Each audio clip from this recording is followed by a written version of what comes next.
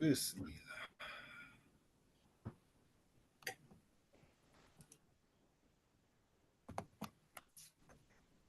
We're live.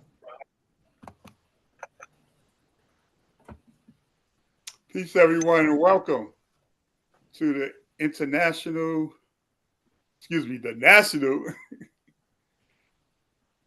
conference to Interfaith Conference to Liberate Our Elders from Prison.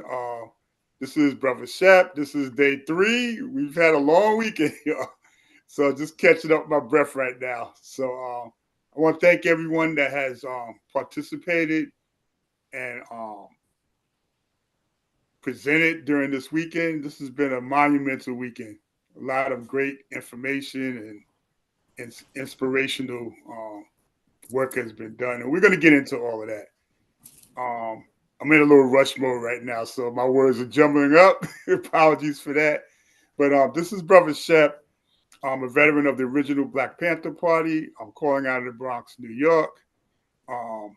This conference is being sponsored by the International Campaign to Free Kamau Sadiki and Prison Lives Matter.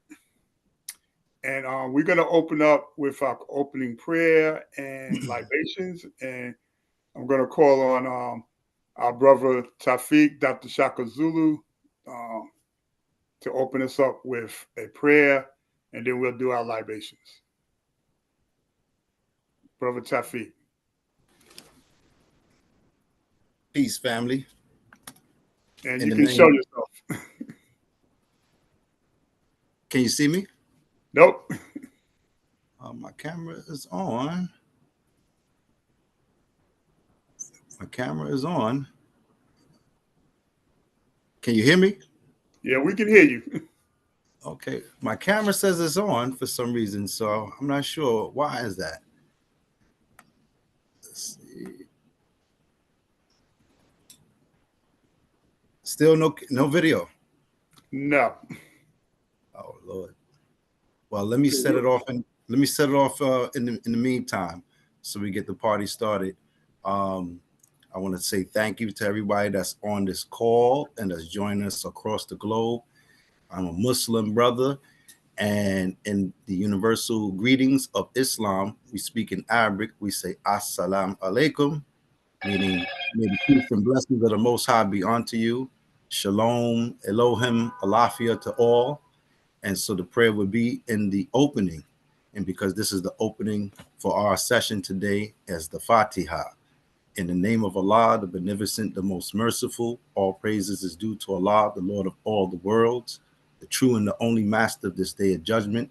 Thee alone do we seek his help and aid. O Allah, keep us all on the right path and not of those who have brought down your wrath or your anger. Ameen. And in the Arabic sense, we say, A'udhu billahi minash shaitanir rajim, Bismillahir Rahmanir Rahim, Alhamdulillahi Rabbil Alameen, Ar-Rahmanir Rahim, Malik Yawmiddin, Iyyaka na'budu wa iyyaka nasta'in, Ihdina siratal mustaqim, Siratal ladina an'amta alayhim, Ghayril maghdubi alayhim waladdallin. Ameen. Amen. Ameen. Thank you. Thank you, Brother Tafiq. And in terms of introductions, despite the fact that I have on a black hat this evening, I am a son of Obatala. And during our libations that we've done, we had Baba Marcus, who did the libations from Vodun. We were trying to get our sister Zinga here to do a kind, but we definitely must always recognize our traditional belief systems, which connect us all from long before the 3 major religions were even thought of. Our people have always been one with the universe and with the cosmos, and we still are, and that is the creator, and we are the creator because the creator lives within us. We give tribute to our ancestors and to the Orisha at all times. But this evening, I want to recognize, due to the purpose of this conference, to liberate our elders from prison, primarily before they become ancestors. too often we lose our ancestors. We lose our elders, in these prisons, in these dungeons. So I'm going to call out some names of our fallen freedom fighters who died in prison, either from assassination by the enemy or from medical neglect. And actually, they're connected because medical neglect is actually a form of assassination.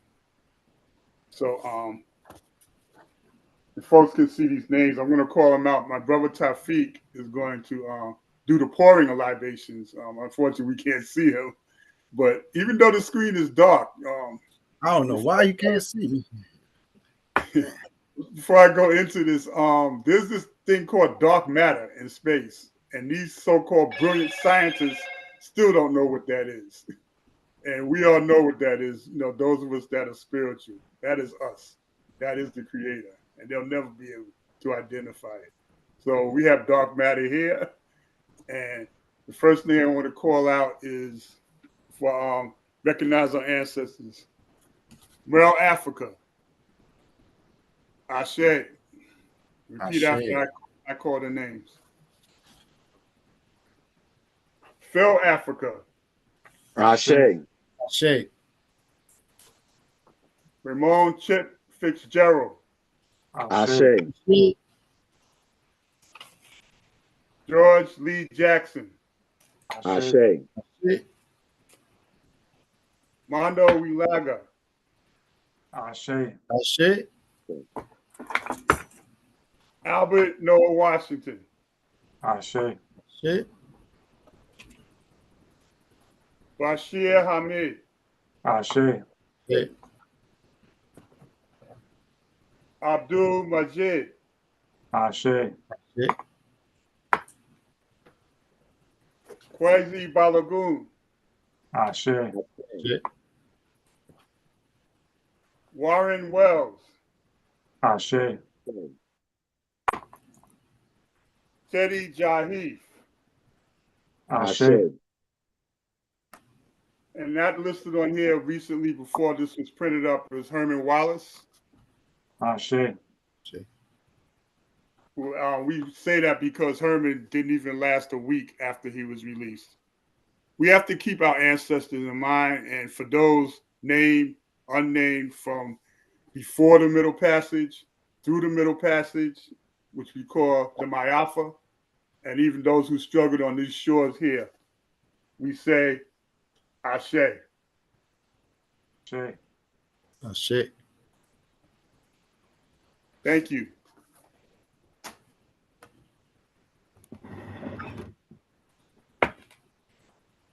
So I'm going to introduce Pastor Keith Collins. He will introduce himself. He's a member. Well, he'll introduce himself. And Pastor Keith, he give us our official welcome for this final day of this conference. Good evening to all of my comrades. Good evening to all of the faith practitioners. We say Ashe, we say Amen, Amen. We are here today as a part of the international campaign to free Kamau, Sadiki, and all other political prisoners. Prison Lives Matter, Jericho movement, all the decarceration movements and abolitionist movements. This is our third day. This is our first multi-city, multi-venue conference. We're excited to be here this evening with you all. We're thankful that we have a chance to share with you. And we're here because we want to not just have a conference, but we want to make sure that we do something that's going to allow those of us that practice our faith traditions to come together to mobilize that energy on behalf of those that have been captured and kidnapped by the oppressor, by the colonizer, by the imperialists. So that's why we're here today, not just to meet some good people. There have been beautiful people with us, and we believe that there are going to be more people that are going to watch this live stream. We're asking you to share it with your list of colleagues and comrades. We're thankful for the Action News Network, the Activist News Network, ANN, not CNN, but ANN, the Activist News Network. We're thankful that we can streaming on their YouTube channel. So we'll have a record of this. So I want to give shout out to all those that put their labor in. And that's what we have to do. We have to labor for this work to liberate our people. It is a labor of love. It's a labor that requires dedication. It requires discipline. So I thank all of those that are behind the scenes making this happen. And we thank you for sharing tonight. In our last evening, we were here Friday. We were here for almost 10 hours on yesterday, Saturday. And this is our last evening, but we want to close out strongly as we have participated these last several evenings.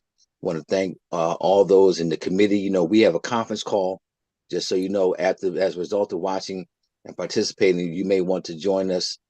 We have a weekly conference call every Monday at 7 o'clock Eastern Standard Time. There is a steering committee call every other Thursday, should you elect to want to be a member of the steering committee. And then we have an Interfaith committee that has a call every other Sunday at 7 o'clock p.m. So we have a lot of communication amongst ourselves, because it takes a lot to get this work done and to organize and to mobilize to confront the oppressive system. We're thankful because we have come together to say that this whole system of retribution, incarceration, we know it's not a part of any of our traditions. It's not a part of the indigenous tradition of our beautiful indigenous brothers and sisters. It's not a part of our African tradition. The reality is that there was no such thing as a prison. There was no word for prison, or there was no word for jail, until the colonizers encountered the indigenous in Africa, as well as even here in North America, known as Turtle Island. There was no word for old folks home or senior citizens or nursing home. There was no concept of orphanage. These things, because we were a collective people. We lived together, we worked together, we took care of each other, and no one, if there was a dispute, it was solved through community-based justice. It was solved through restorative justice, and we came together as a people, and we made things better. If someone was involved in something that was detrimental, they were healed by the community. This concept of prison and imprisonment is very important for us to understand. Is not a part of our tradition or a part of our culture, and it's vindictive. It is targeted, and it is really designed to stop us from having even the desire to become revolutionaries, to come to think about anything other than the propaganda that has been given us for so many generations now here in the so-called West. So we are thankful that you come to share with us. This is our last evening. We're thankful that you're going to pass this on, but we're even more thankful that you're going to get involved with us and encourage your spiritual leaders. Share these links, share this YouTube channel with your pastor, with your imam, with your whatever your tradition. If it's African tradition, if it's voodoo, we need all hands on deck to accomplish this most important task of liberating our elders and deconstructing this system of injustice as we know it. We need everybody involved, so we are thankful, and we say welcome to you, and Ashe. Ashe. Thank you, Pastor Keith. And at this juncture, you want to play a short video before we go into our seventh and final panel for this conference weekend. So, Ryan. Yes, I'm sharing.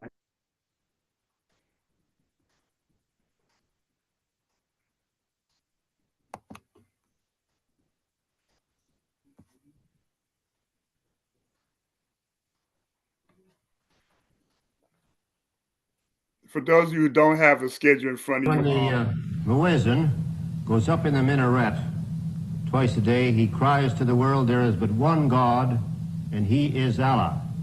Do you deny that there is a Christian God? The muezzin does this 5 times a day. 5 times, and I only heard him twice. Well, you were fortunate to hear him twice. But he does this 5 times a day, and the same God that he says that he expresses the existence of is the God that the Christians profess to believe in themselves, and the God that the Jews believe in. One God, the creator of the universe. The Muslims believe in the God that created the universe, and I think the Christians do, and the Jews do. Now, as long as all of them are talking about the creator, the Jews may call him Jehovah, and Christians may have another name for him. Those who are Arabic-speaking refer to him as Allah. Well, we believe in the same God. Now, as the Muslim religion advances in the United States, are you modernizing it or sticking with the old faiths? For example, the complete segregation of the sexes. I think that everything today on this earth is being modernized. Religious principles and practices, as well as political and other things. Now, when you went to Mecca, this is a very sacred and forbidden city. I tried to get to Mecca myself and certainly didn't make it, not being a Muslim. But how would they accept you as one? You're an American. There are few American Muslims. This is true, and by being an American and not having not being able to speak the Arabic language, I did strike a snag, a very serious snag. But I was fortunate to have been pretty well known by the officials in Arabia, and they knew too that I had accepted Orthodox Islam. It had been highly publicized in the paper, and I became a guest of the state. I was a guest of Prince Faisal, the present King Faisal, and they made it possible for me to go before the committee, Hajj committee or Hajj court, who examines you and asks you questions about your belief, and if you pass it, then you are okay to go to Mecca. But you would have to have a translator then. I had one. Then realizing that our problem in America, that we are black Americans, and we have a problem that goes beyond religion, we formed a group known as the Organization of Afro-American Unity. And the objective of this organization, it's non-religious, number one. Any Negro can belong to it. And the objective of that organization is to bring about a condition that will guarantee respect and recognition of the 22 million black Americans as human beings. We feel that the problem, number one, of the black man in America is beyond America's ability to solve. It's a human problem, not an American problem or a Negro problem. And as a human problem or a world problem, we feel that it should be taken out of the jurisdiction of the United States government and the United States courts and taken into the United Nations in the same manner that the problems of the black man in South Africa, Angola, and other parts of the world, and even the way they're trying to bring the problems of the Jews in Russia into the United Nations because of violation of human rights. We believe that our problem is one not of violation of civil rights, but a violation of human rights. Not only are we denied the right to be a citizen in the United States, we're denied the right to be a human being. Mr. X, may I thank you very much for coming on our program and perhaps clearing away some of the cobwebs of misconception that some of us might have had about your belief. And I think you're a very sincere man, and it takes a lot of courage to admit a former belief is wrong, and we congratulate you for that and the service you performed tonight in giving us your views. Thank you so much, Mr. Thank you.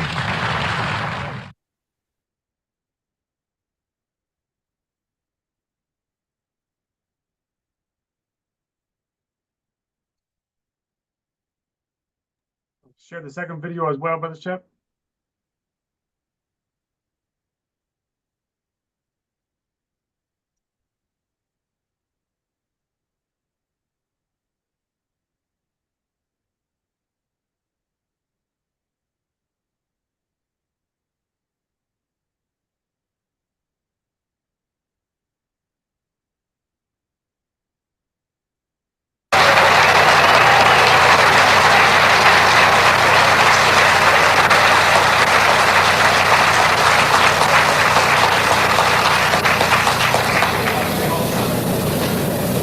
Assalamu alaikum. Mr. Moderator, our distinguished guests, brothers and sisters, our friends and our enemies.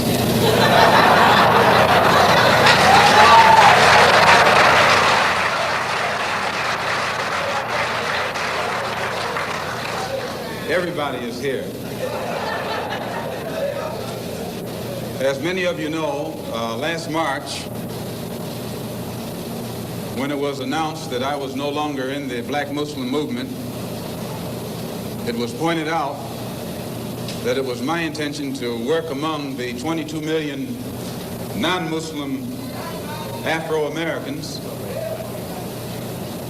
and to try and form some type of organization or create a situation where the young people, our young people, the students and others, could study the problems of our people for a period of time and then come up with a new analysis and give us some new ideas and some new suggestions as to how to approach a problem that too many other people had been playing around with for too long.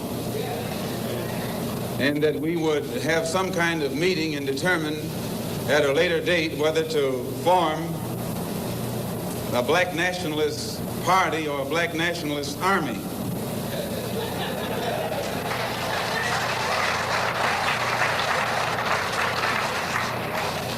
There have been many of our people across the country from all walks of life who have taken it upon themselves to try and pool their ideas and to come up with some kind of solution to the problem that confronts all of our people. And tonight we are here to try and get an understanding of what it is they've come up with. Also, recently, when I was blessed to make a trip or a pilgrimage, a religious pilgrimage to the holy city of Mecca, where I met many people from all over the world, plus spent many weeks in Africa, trying to broaden my own scope and get more of an open mind to look at the problem as it actually is. One of the things that I realized, and I realized this even before going over there, was that our African brothers have gained their independence faster than you and I here in America have. They've also gained recognition and respect as human beings much faster than you and I. Just 10 years ago on the African continent, our people were colonized. They were suffering all forms of colonization, oppression, exploitation, degradation, humiliation, discrimination, and every other kind of Asian. And in a short time, they have gained more independence, more recognition, more respect as human beings than you and I have. And I live in a country which is supposed to be the citadel of education, freedom, justice, democracy, all of those other pretty soundings. So it was our intention to try and find out what was our African brothers doing to get results so that you and I could study what they had done and perhaps gain from that study or benefit from their experiences. And my traveling over there was designed to help to find out how. One of the first things that the independent African nations did was to form an organization called the Organization of African Unity. The purpose of our organization of Afro-American Unity, which has the same aim and objective, to fight whoever gets in our way.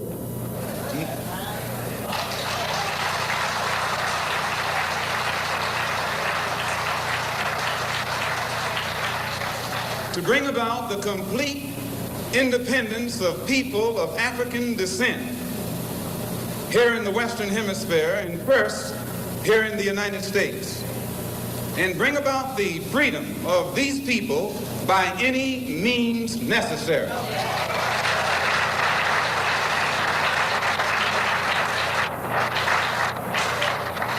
That's our motto.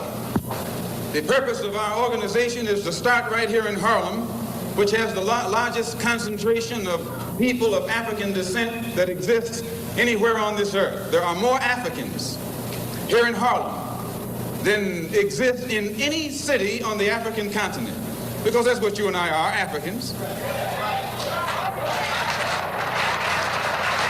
The Charter of the United Nations, the Universal Declaration of Human Rights, the Constitution of the United States, and the Bill of Rights are the principles in which we believe, and that these documents, if put into practice, represent the essence of mankind's hopes and good intentions, desirous that all Afro-American people and organizations should henceforth unite so that the welfare and well-being of our people will be assured.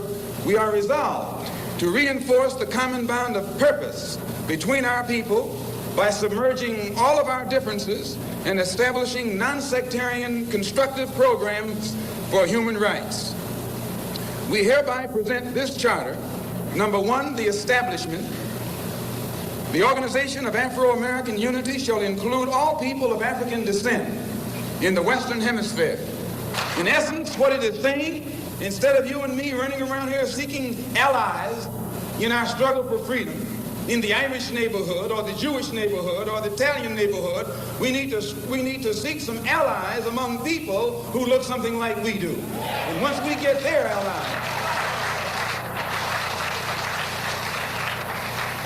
it's time out for you and me to stop running away from the wolf right into the arms of the fox.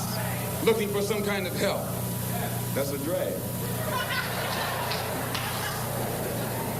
Number two, self-defense.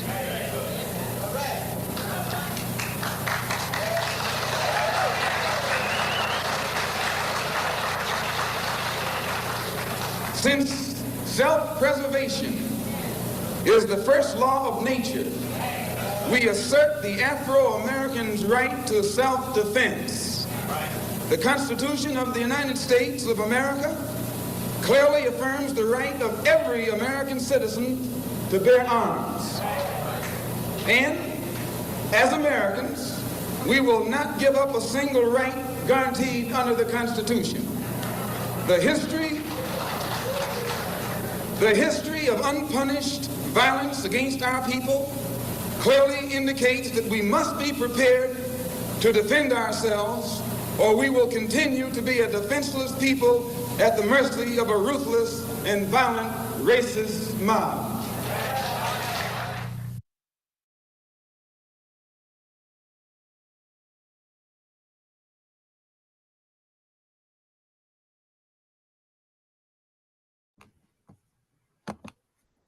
Powerful words. Again, 59 years ago on Wednesday, we physically lost El-Haj Malik al-Shabazz, brother Malcolm X. But I really find it like awesome, not just amazing, but just in those couple of minutes, brother Malcolm talked about almost everything that we need to deal with in our struggle for liberation. He spoke about Black political party, about a Black liberation army, the right to self-defense, internationalism, Pan-Africanism. I mean, the brother covered everything like in less than 10 minutes. And we need to study Malcolm continuously. I just want to just say those words. Okay, we're going to move on to our seventh and final panel. This one's going to stir up a whole lot of energy, I'm sure.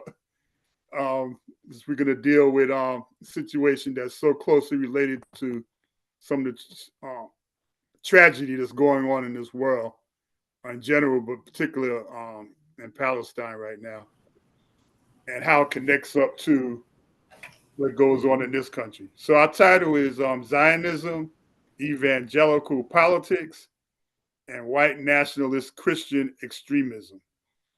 And our moderator will be El Tawfiq, Dr. Shaka Zulu Aziz, and our panelists, Jalil Montekin, Rabbi Derora Satil, I hope I said that right, sister, and Paul Kivel. And so I'm going to turn the floor over to Dr. Shaka Zulu, who will be moderating, and all of our panelists will introduce themselves after he does the same. And hold on to your seats, folks. This is going to be, again, our final and pretty powerful panel dealing with today. Dr. Shaka Zulu. Peace. Hotep. Assalamu alaikum. Shalom to everyone that's here. I hope everybody can hear me. You're loud and clear. Wonderful, wonderful, okay, wonderful. I'm going to turn my screen off. I want to thank everybody that's joining us across the country, across the globe. Peace and blessings to everyone across the globe that's hearing this frequency of peace, transformation, to healing to all over the globe. My name is Brother Tawfiq, also known in the community as Dr. Shaka Zulu. I've been a member of the Universal Zulu Nation. I've been a martial artist, a martial scientist, and now combined activist healer in our community for over 20 years. And it's my honor to continuously serve the community, also now as a chaplain for the community. I serve as a emergency respondent chaplain for the New York State Task Force for Chaplains and so forth. So this is another way of an avenue of connecting with our people and seeing what we can do as far as dealing with food programs, martial art programs, community-based programs, support programs, community health and wellness, and so forth. That's what we're about. So I want to move forward now onto the real hot topic of the international campaign to free Kamau, Sadiki, and the Prison Lives Matter movement. I want to thank them for also connecting and bringing us all together for this timely subject and conversation among great panelists and intellectuals. And so I'm looking forward to hearing this great information and learning from my interfaith committee of brothers and sisters and others in our community as how can we help heal our nation? How can we help heal the world and so forth? So I want to, again, reach out to everybody because it's going to be a very touchy subject. The title of this panel of tonight's topic is called Zionism. I'm sorry.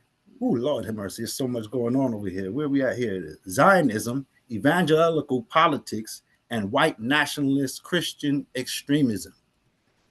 And that's a whole lot right there, I think. And we only have a 1 hour. And I think that's kind of, unfair. I think we might have to put round 2 for next year. Maybe I have to put that in. But and joining us with that on that subject of Zionism, evangelical politics, and white nationalist Christian extremism, I am glad and honored to have on the panel. I have Brother Jalil Abdul Muntakim.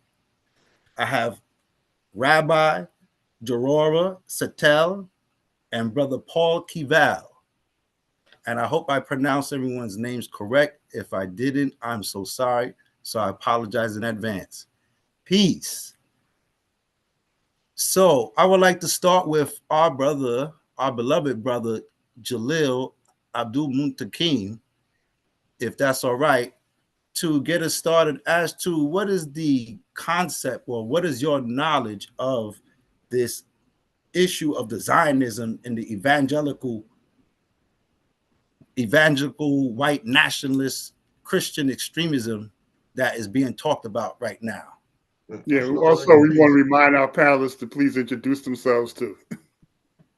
Assalamu alaikum, peace, paz, baragani, jambo, erin, haping, shalom, guten tag, kadir. I just want to wish you peace and solidarity in whatever your native language and peace and solidarity. If you don't mind, brother, I'm Jalil Mutakim, a veteran member of the Black Panther Party, the Black Liberation Army. Did 49 years in prison. I'm an organizer for the organization called Citizen Action, and I'm an activist in the community. Have been involved in work for several years now. However, Brother Tawfiq, I would like to defer the first person for this discussion to Rabbi Dora Satel. I think she can lead and establish the foundation, I believe, on this issue. And so if you don't mind, I would like to defer to her to get us started in this broad discussion. I absolutely agree. I absolutely agree with you, big brother. Thank you. Wa alaikum assalam. And Sister Rabbi Devorah Satel, I'm so sorry. Thank you so much. Can you please? No worries. So I actually, in turn, am going to ask to defer to Paul Kivel just because the two of us spoke beforehand, and I think he's got a great foundational overview of what we're talking about. And then there's some things I will add to that, if that's all right.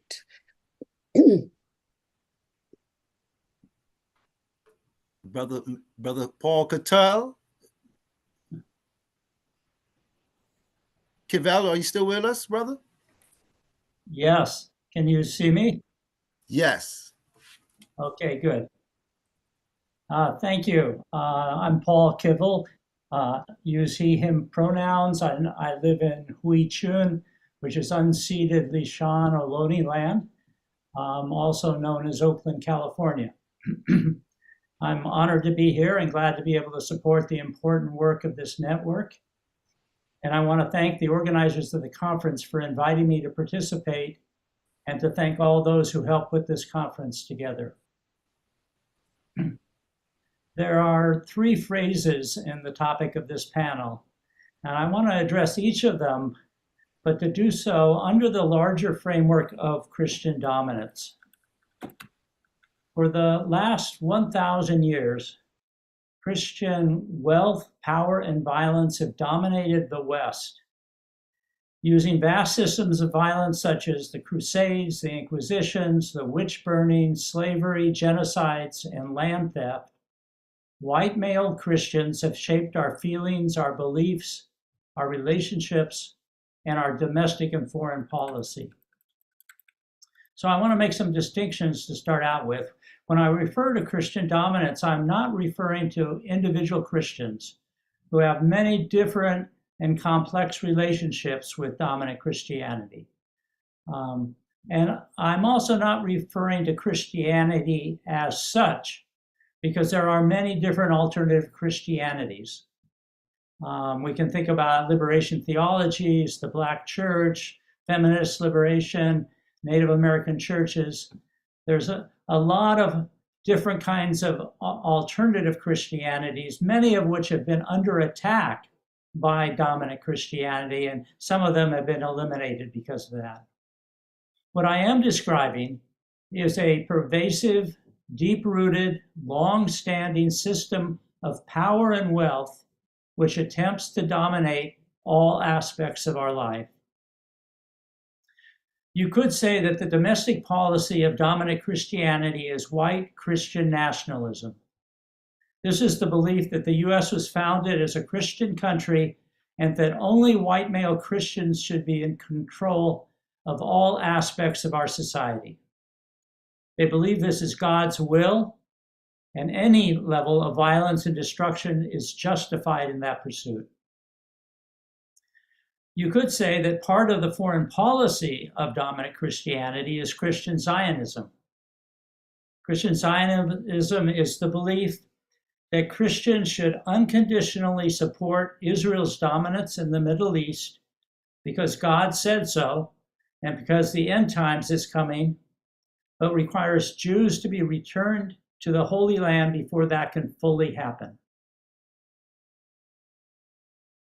When you think about it, the Jewish community in the United States is small and doesn't wield the kind of power and economic wealth that Christian Zionists do. And Christian Zionists have been the main supporters financially, politically, and culturally of U.S. support for Israel's policies. You could say the key aspects of dominant Christian theology are evangelical, that they require Christians to do God's work of converting the world to Christianity so that Jesus can return. I think that there's some particular key concepts of dominant Christianity that are important in understanding these interconnections and what we're up against today in this country. The first is that the world is dualistic, and there is a cosmic battle between good and evil, God and the devil. White male Christians see themselves as the defenders of God, and everyone else is either an agent of the devil or weak and vulnerable to becoming an agent. The second thing we need to recognize is that in dominant Christianity, each one of us is an individual sinner and needs to be saved to achieve salvation. The third concept is that God is benevolent. He rewards the good and punishes sinners. If you are poor, and 40% of the U.S. is below the poverty line, a woman, Black, Indigenous, a person of color, Muslim, Jewish, atheist, LGBTQ, a recent immigrant, or have physical, emotional, or mental disabilities, then you are defined as a sinner. And maybe some of us can be saved, but we can never be fully part of the Christian community. If you think about who is locked up in our criminal legal system, it is overwhelmingly represented by people in these groups, especially people who are poor.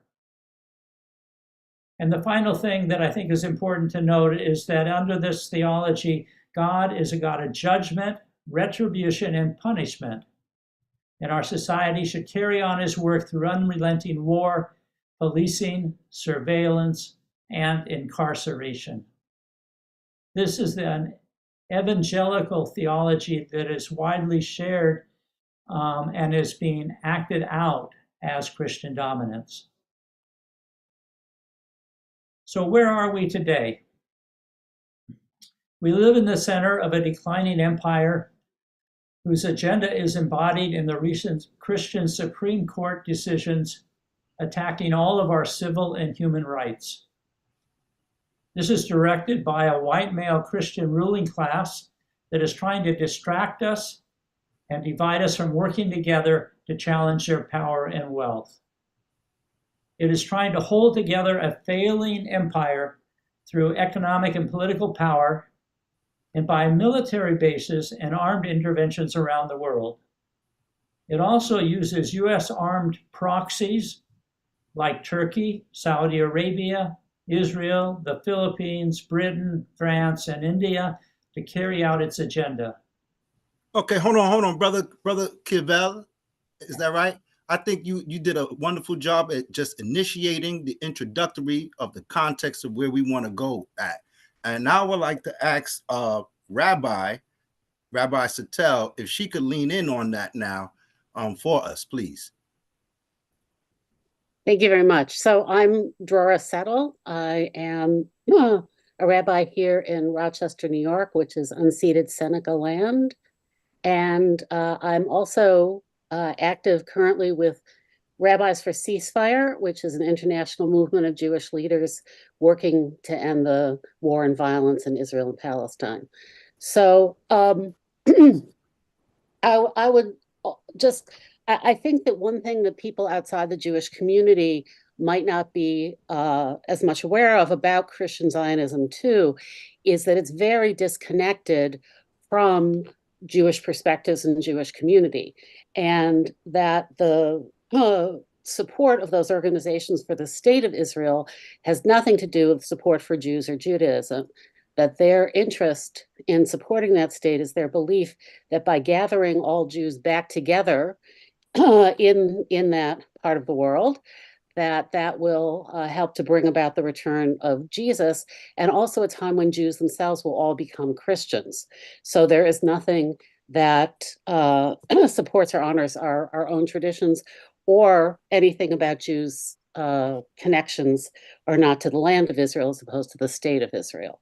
So I think the other thing that I want to say too is that actually, there are two things I'd like to say. So one is that something that I think people are unaware of, and again, that Paul brought up, is the overwhelmingly larger numbers and amount of money channeled to the state of Israel through Christian Zionists, who represent a much larger part of the population, but also that is American money itself that took Israel from being a predominantly socialist country in the early part and even up to the later part of the 20th century, and funded the rise of Likud, the right-wing party of which Netanyahu is a part of.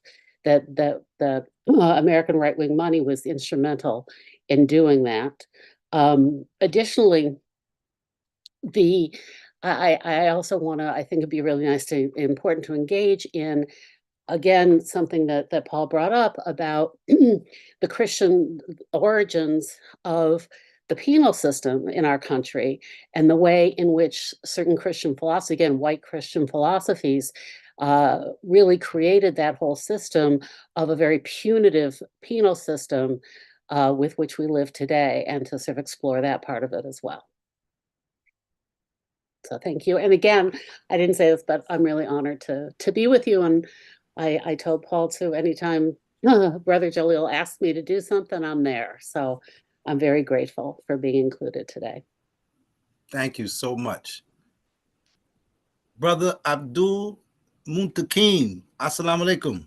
Wa alaikum assalam. First, I would like to thank both Paul and Rabbi Dohora for their participation in this event. I think it's important for us to understand certain things.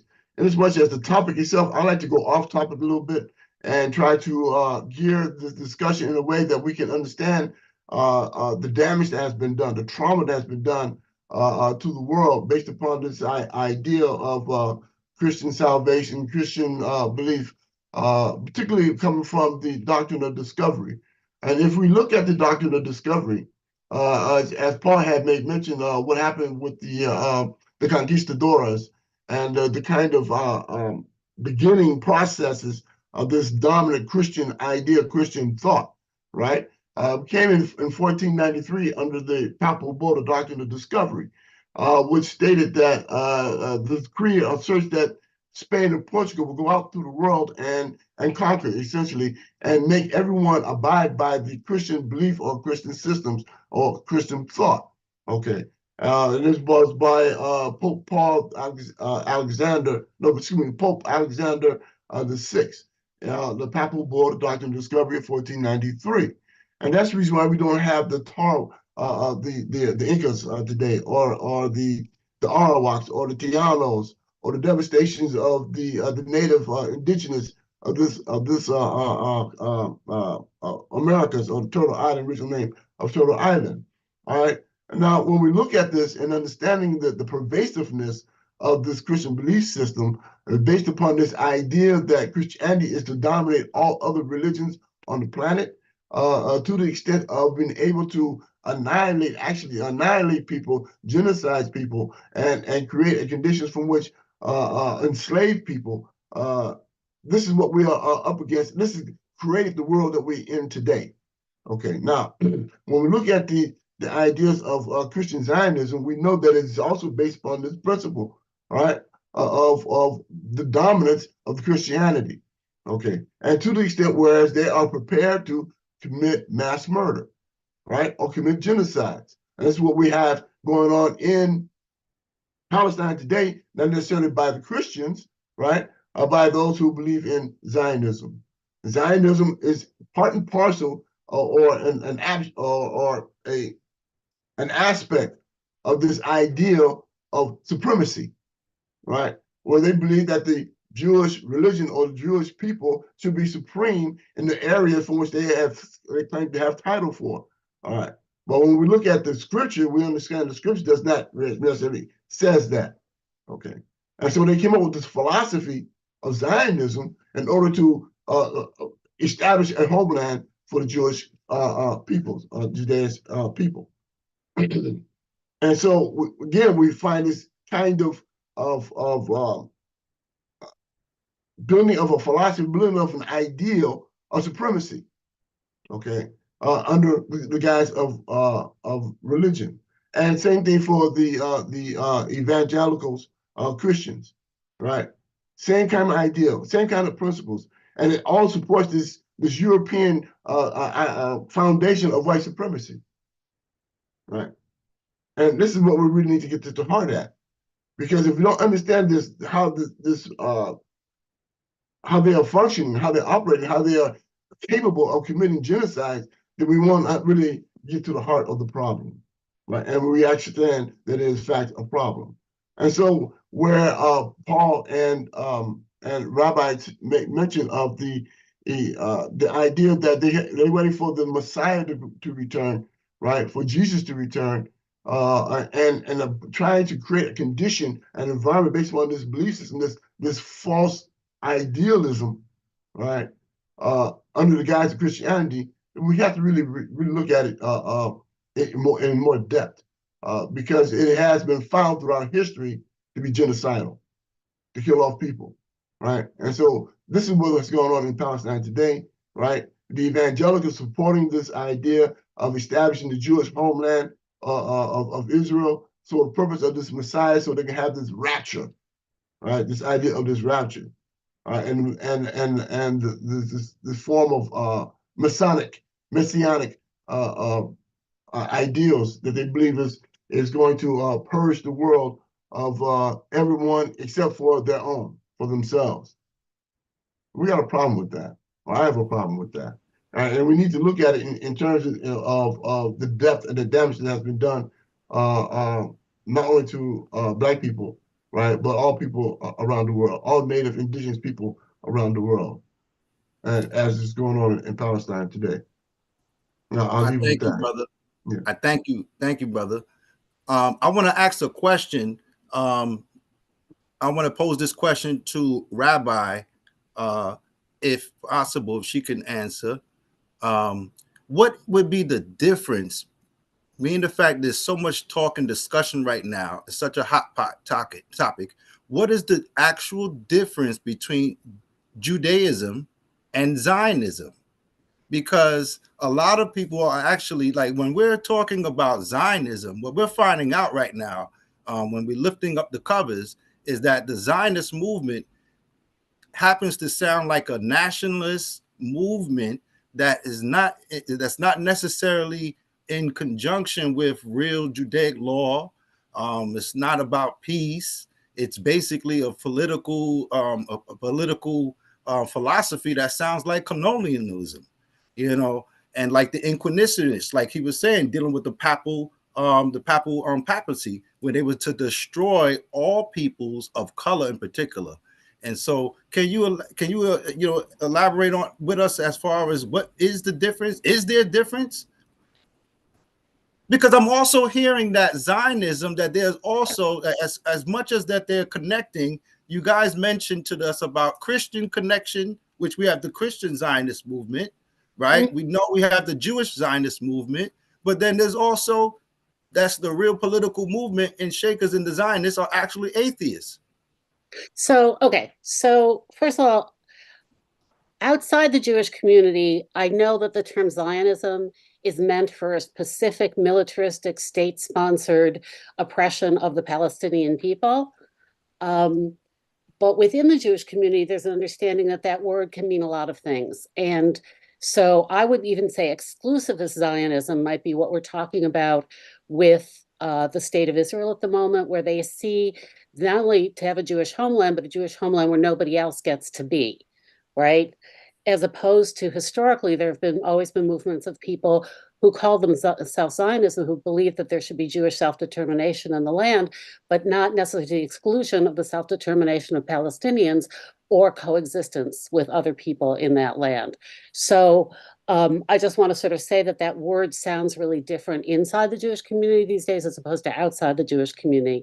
And that when somebody identifies themselves as a Zionist, if they're Jewish, I would encourage you to ask them what that means to them, because it doesn't always mean the same thing.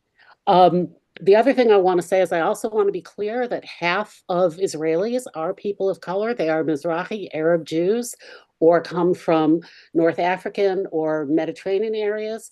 So it's a little more complicated than just saying Israel's war is a war against people of color in that sense, because Israel itself is a very racially diverse country and place in that way.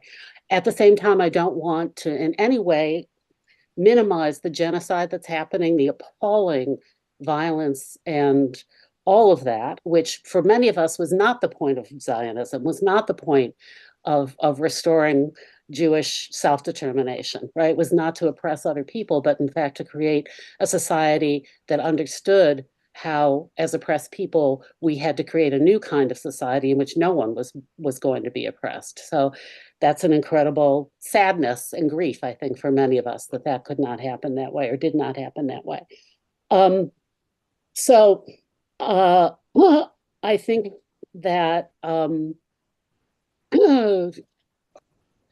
so I don't know if that answered any of what you wanted me to say, or if there's something else you want me to say about that. I think no, you really delivered something that was very, very good, that I really needed to hear, that quenched my thirst as far as information with this, because with the concept, you were saying that Zionism, the way that they promoting it is the way they've been promoting it is wrong. Well, or wrong to some of us, shall we say, right? And unfortunately, at this point, the majority of American Jews and of Jewish institutions, are very tied up in supporting that state. And the other thing I guess I would say is a little historical piece is that until World War II, many Jewish movements in the United States and outside of Israel were anti-Zionist because they felt very strongly for instance, being Jews in America was kind of precarious. They wanted to be accepted. So they certainly didn't want people to think, oh, we really belong to a different country, right? They said, no, we are Americans. This is our homeland. And we aren't looking for another homeland, right? and that was very much a very common and even dominant viewpoint until obviously the events of World War II really changed people's feelings about that. But for contemporary Jews, there are Jews who now affirm what is called diasporic Judaism. In other words, a Judaism that certainly recognizes our historic ties to the land of Israel and concern for the land of Israel, but says that our homeland is wherever we live. It is, who we are. Right. Also for me is with the clarity as far as the deprivation of people's human rights, by they're using the Bible, they're using the scriptures to state that, we're the chosen people and, we have a right to this land. And, but at the bequest of having a right to this land for the chosen people, we have also a right to subjugate other peoples. Right. So I think Paul wants to jump in, but I also want to say one other thing is that I think that whole idea of chosenness is something that's much more a concern or discussed outside the Jewish community than within the Jewish community. No Jewish person I ever know has sat down to have a conversation with another Jew about how they're chosen. It's something we're told by other people. And certainly there's a tradition within it. But if you think of a basically historically profoundly oppressed people saying they're chosen, right? In some ways, you can see that as not a historical reality, but a hope. But also that it's not something that functions. I don't think, and I could be wrong, but I certainly know none of the Jews that I personally know would think there's anything different as a human being or special about being a Jew as opposed to being every other kind of human being. So. Thank you so much. I'm going to let Paul say something too. So. Come on, Paul. Okay, well, I think Rabbi Drora put it very well. That I would just add a couple of things. That Judaism is a really diverse religion. There's Jews all over the world, many different cultures and traditions. And unfortunately, the state of Israel has claimed to be representing the Jewish community in the world and a home for any Jew everywhere. And so part of I think the challenge is that the state of Israel has had a long campaign to label any criticism of the state of Israel as anti-Semitic. And that's simply false. Any state can be criticized for its policies. And the fact that it's a Jewish or Christian or Muslim state has nothing to do with it. Is it doing right by its people? Is it or not? So we need to feel able to criticize the state policies of Israel, just like we would any other country, including the United States, and not being misled by false claims that it's anti-Semitic. I'd like to jump in here as a point of discussion, right? Rabbi Dora, I really appreciate her explanation and understanding the difference between the two ideals of Zionism, right? And also informed that Israel or Palestine composition is broad and vast in terms of ethnic groups or the nationality of Judaism or Judaism, particularly in the dark skin complexion of Jews on that land. However, we do also have a problem with the Ashkenazi and the idea of white supremacy, right?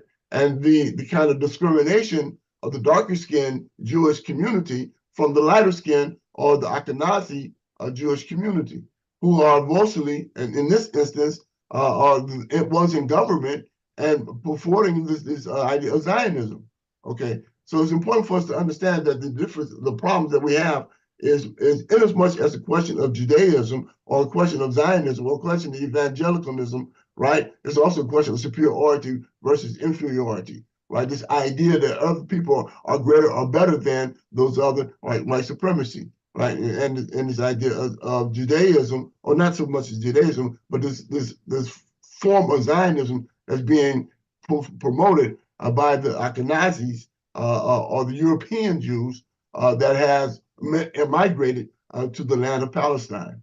Okay, and so for us to understand these dynamics and we can get more into depth as to what the problem is and how we have to address it, right? And one thing we need to address is, according to not only in as much as the scriptures, right, but as much as this idea that originally came from the papal bull, right, and broadening idea of inferiorities and superiorities in terms of our common humanity and how do we address those matters, okay? And so that's what is really, I think, is important in understanding what's going forward in the capacity from which we are in more often than not silent, right, in challenging the Christian community, challenging the Jewish community on the issues of discrimination, right, of inferiority and superiority of peoples. Okay, that must be addressed because that is the foundation for which we can annihilate people, as been going on now. In one philosophy, it is you're not considering other people, as human beings. Okay, and so the Christian community really, we need to challenge the Christian community in regards to that. I like to just, in terms of that, I like to just put forth this idea of Christianity, where in Luke, right, Luke 4:18 says, "The Spirit of the Lord is on me, and because of His anointed me to proclaim good news to the poor. It has sent me to proclaim freedom for prisoners, and to recover the sight of the blind, and set the oppressed free, to proclaim the year of the Lord's favor," right? This is the idea of what Christianity is supposed to be based upon, right? Originally, right? Until we began to move towards this idea of inferiority and superiority, right? And began to create these class divisions amongst people, right? And so for us, it's important that we bring forth the golden objective of bringing Christianity back to the kind of ideas that Jesus, right, Esau, when we say in Arabic, right, the Prophet was organizing, right, as a quote unquote, and I claim a revolutionary, right, to change the social order to improve the conditions of the poor and the prisoners and the oppressed, right? We don't see Zionism doing that, right? We don't see Christianity doing that. It has not done that for the last millennium, okay? And so for me, it is very important that we address these issues in the context of how are we going to save people's lives, right? In as much as we understand all these divisions that we have, right? You said, Paul, the evangelicals, right? And Christian is so divided in different denominations, right? Of the Christian faith, right? And very similarly as Reverend Dora mentioned of the understanding between the two Zionists, the ideals of Zionism, right? So I'd like to ask the question, if I may, right? How do we address these issues in a way that we bring more humanity, bring our humanity back and understanding the very foundation of both Christianity and Judaism? I think that's a great question. That's actually where I want to lean towards, because almost all of that is leaning towards all of the world's religions, including Islam, Judaism, Christianity. You know, we know that there's a difference between this new modern day actual, or you have the theory and then you have the practice, you know. And so we look into those who are actual practical practitioners of real Judaism, real practitioners of real true organic Christianity, real true organic practitioners of Islam that practice unity, love, and true understanding. And so this is where we got to start, you know, if those of us who are in the Interfaith Committee, we, you know, even in the ancient African traditionalists, the Yoruba, you know, everybody, the priestess, everybody, we got to start activating the organic activation of our God consciousness, which is peace over war. You know, saying we need to be more love than war. And so, you know, I'm glad that we've been able to, you know, educate everybody about what the real difference is with this Zionism. But again, I like what you bring into the table, brother. It's about human rights and so forth. But I don't want to I can't just limit it to just only the Christian brothers and the Judaic brothers and sisters. We got to now open it up to the Islamic brothers and everybody else too. Everybody has the part to play in it. you know, but yes, human rights. And we got to get that on point. Now, with the human rights, interestingly, you brought that up. I noticed that there were some countries that actually brought Israel, the state of Israel, to the International Crime League. Okay. And so these countries that actually brought Israel, the state of Israel, to the International Crime League for war crimes that has been done based upon this thing that has jumped off. I think we have Bolivia, Venezuela, a few places in Africa. What do you guys say about that? That this is Taufeeq, that's the yes. International Criminal Court, the International Criminal Court that they were brought up by South Africa, right, and supported by various other nations. But the criminal court, the International Criminal Court, what they have decided was basically to reprimand the Zionist Israel. And they're not necessarily call for a ceasefire, but there's no enforcement for the ceasefire. This is only one part of the processes of bringing the issues of genocide to the International Court. That's only one part. There's still another part in terms of prosecution. So that was just like a preliminary hearing, right, to raise the issues and then perhaps ask Israel to cease and desist from the genocide that they have engaged in. Paul, you have something to say about that? Yeah, I would just add on that I think we need to bring our attention back to the United States, because it's our government that's funding the genocide. It's our government that's funding dictators around the world and other genocides that, as we speak, are not getting attention.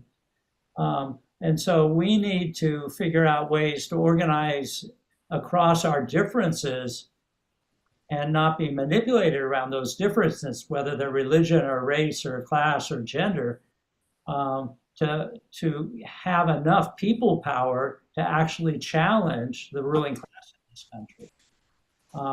We are implicated very deeply in what's going on in Gaza right now. And we need to take a responsibility personally and collectively for doing everything we can to challenge our government, our money. And we also need to recognize that the arms, the bombs, the planes, the surveillance that Israel is using against the Palestinians is the same arms and guns and bombs and other things and interrogation and incarceration being used in this country against our communities. And so we have the work to do is within our own country, in our own communities, but also internationally. But that international work starts with us addressing our own imperial government. And I'd like to add too that I'm appalled as an American citizen, right, that our country's more interested in, making the money that the armaments industry gives them worthwhile than actually rescuing Americans who are being held hostage, and not by rescuing them, but I mean, in other words, having talks and ceasefire so that they can actually be released. And that, just in terms of their responsibility to American citizens, they are demonstrating a greater responsibility to the armaments industry than to actually their citizens. And we have to understand too how this whole, our foreign aid policy in places like Israel and Egypt and other places is actually subsidizing that armaments industry.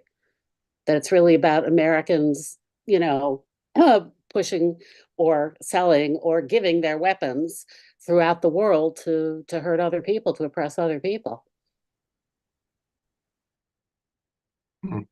I think that's absolutely correct. Now, I really like the idea that we bring the issue back to the United States in terms of what they've done or are doing in regards to what's happening in Israel and armament, the military-industrial complex, right, and how it exports this ideal American exceptionalism, one, right, and the capacity from which American wants to police the world, right, the hegemony of the American government, what we call imperialism, right, the imperial empire. And we actually recognize the United States, in fact, is an empire, right? And with that understanding, I think that if we're going to choose to do anything about it, then naturally we have to recognize history, what history teaches us. History teaches that empires are not diminished from external forces. Right? They're weakened by external forces when people fight against colonialism, neo-colonialism, etc. But the majority of empires are overturned or changed by internal forces. And so then for us, then we being in the belly of the beast, right? Then what is our goals and responsibilities? Then that would lend to the idea that the world is waiting for us to end the system of white supremacies, right? On the system of imperialism, colonialism, and neo-colonialism, this military-industrial complex and how it operates, right? I think it's important for us to, again, in regards to recognize these systems that serves the military-industrial complex that has the people actually duped, right? With the hypocrisy of it all, right? Duped and believing that we live in a democracy when in fact, as Paul says, these billionaires and millionaires who controls this world, the plutocracy is what we actually live in, the rich rules, okay? And so with that understanding, with 740 billionaires who can control over nearly $7 trillion, right? And a population of 330 million, then we have to really look at, who is really in control, right? And who is calling the shots. In as much as that, right, we also know that we have to reach into our communities using the institutions that are embedded in our communities, like the churches and the synagogues and the mosques and the temples, etc. Right? And so do you think that we're doing enough, right, in regards to ending the systems, right, that oppress us, right? And if not, then how do we support the Palestinians if we support the Palestinians? What do we do to support the Palestinians and not be annihilated as the Incas or the Arawaks or the Tianos, or the being diminished as the Cherokee and the Sioux and or being enslaved as we did the Africans? Right. What is our next step? How do we reach out and build a base of our common humanity? Thank you. There used to be a song back in the days, "We are the world, we are the medicine." And I know that tonight's panel discussion with these great dynamic panelists, we're going to come up with a remedy with that, ladies and gentlemen. I have a question. What about the role of corporate media in its biased reporting about the Palestinian State of Israel situation? Brother Abdul Jalil, Luther King? Well, the first thing we got to understand that we're dealing with what is called the corporate media, right? It functions for the purpose of selling news, and selling information. And not only that, but they are also considered what the fifth estate or fourth estate, right, in terms of governing in this country. And so therefore they promote and propagate the theme that is being produced by those who are in authority, particularly the billionaires who controls the corporations, right? The Murdochs and et cetera, right? Who controls and the Musk, who controls and the others who control. You said the Murdoch. You said the Murdoch. What Murdoch? Who are you talking about? Talking about the Murdoch who owns media in New York City and other parts of. Are you talking about Rupert Murdoch? You talking about Rupert Murdoch? Rupert Murdoch, yeah. Okay, all right. As one, it's only one example. That's only one example. You got the Hearst family. You got a Rockefeller family who's all up in media, and Elon Musk who got TikTok and et cetera. What they call X now, right? Who are controlling the sound bites, right? And putting forth this idea of maintaining the system. So the corporation is not going to talk against themselves, right? They're not going to put forth media and information that lends to their hypocrisy and their lies, right? That's the reason why we have the critical race theory and in the opposition to truth-telling, right? And so the media plays a part in that, in maintaining the line of government. And whatever the government says, for the most part, right, the corporate government, whatever corporate government put forth, the media echo it. And so we have to create alternative media and for our goals to move forward. Right? You have to create alternative systems of information. Okay, thank you, brother. This is what this program is about. Right? When we talk raising about the issues of our political prisoners, as I may mention, Jesus says, to free our prisoners, right? And so we have to understand that, as an example, Kamau Sadiki, right? How we're gonna move to build support for his release, and that's why we're bringing this whole discussion together. So we have this interfaith understanding of degrees of oppression that we are in our silence is complicit in these degrees of oppression. Okay, and so this discussion is very important. So we have the understanding of the two Zionisms, as Rabbi Dora had made mention, and Paul has talked about the evangelicals and their motivation in regards to in support of Zionism, right? And so now we have we understand these challenges, right? And where do we go forth and deal with these challenges? And media is one problem that we have to deal with. We have to start creating alternative media, and so we get the truth out. And so alternative media is the way to go on that one. Yeah. Let me get I want Rabbi to see if she could tag team on that answer, please. Rabbi, what do you think about the role of the corporate media in the biased reporting of the situation? All right, so I think one thing is to support media outlets like Democracy Now!, which give you a very different view of the world.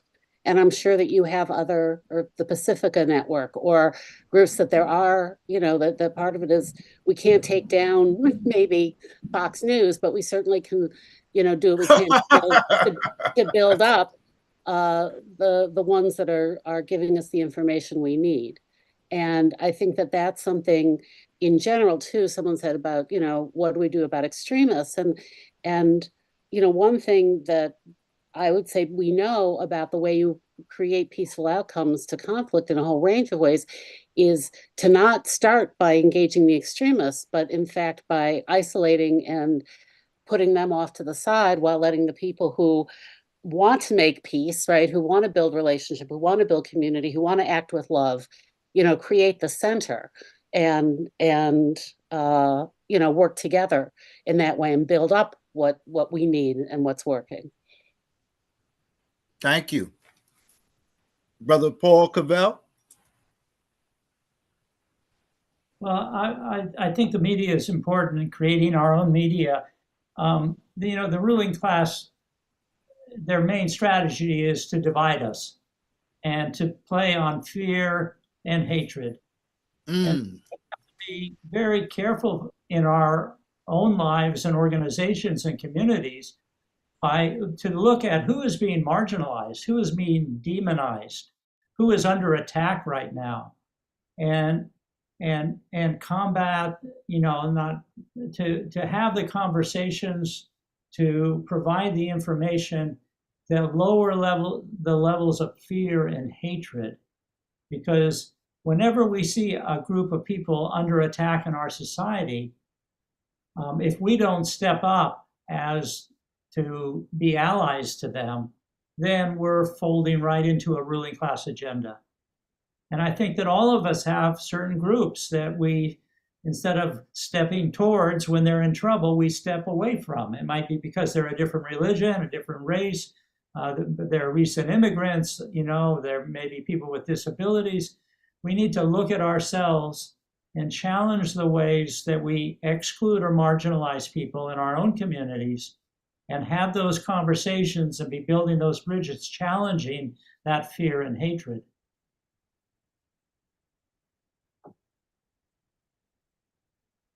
What do you say about, I like that aspect, what you dropped in about the challenges. I'm gonna screen through another question that was sent to us.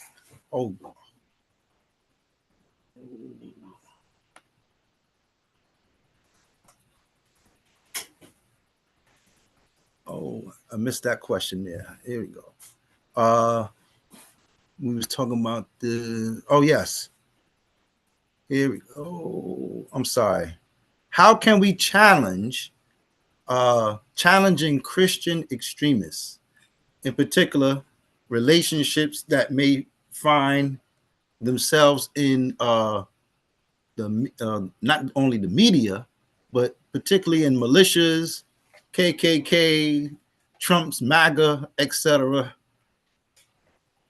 What do you say to that, Brother Cavell? Well, I would start by echoing what Rabbi Drora said, that we're not going to convert people who are tied into fake news networks and extreme, hatred. There are a lot of people in this country who are really upset about what's going on, about the poverty, about the lack of medical care, the state of our schools, the wars. Those are the people we need to talk to. They need to be one-on-one conversations. They need to be deep canvassing in our communities, phone banking. There's lots of groups that are working on these kinds of strategies, building on a sense of belonging, of inclusion. And I think that with the real extremists, the white nationalists that are walking around with their guns big hard, we need to challenge them and isolate them and demonstrate that they don't reflect our views of the world we want to live in, and not let them come into our communities. Or if they do, we need to immediately respond and organize to isolate and make sure that they don't have access to our young people. Because what the extreme Christian nationalists are trying to do is to recruit young white men into their organizations. This is a prepaid debit call from Jerry. And we need to really respond when we see that happening in our communities.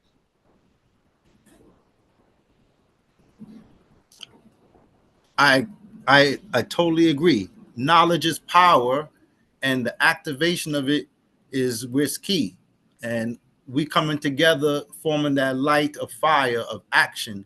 I hope that this conversation will definitely enlighten folks to to get activated with the interfaith committee, interfaith connections within their communities, and and let's stop the foolishness of fear, because fear is the false events that appear to be real.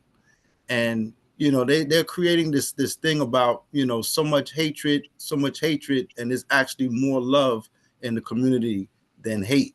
But again, we still have to get to the facts of human rights are being deprived, and the false narrative that is actually happening across the media, the screw media, I would call it, and every excuse that I'm hearing the so-called government of the state of Israel state, while they have they blowing up hospitals where there's people living there, people that's there being treated, and they saying, well, Hamas is there, Hamas is here. Everywhere they go, they saying Hamas is there, and they justify it to just blowing up everything over there.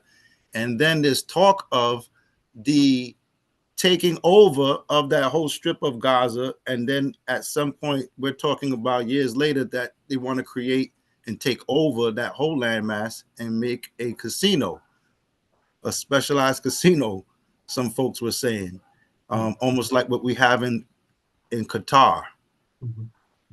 So I think that's an example of where we also have to be careful about our information sources and what we're sort of pay attention to and repeat and expand.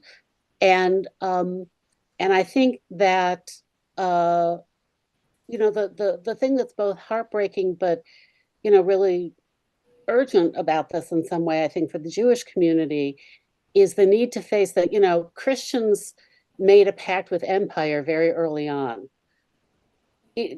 Islam created an empire. Jews have never until now had the power of empire.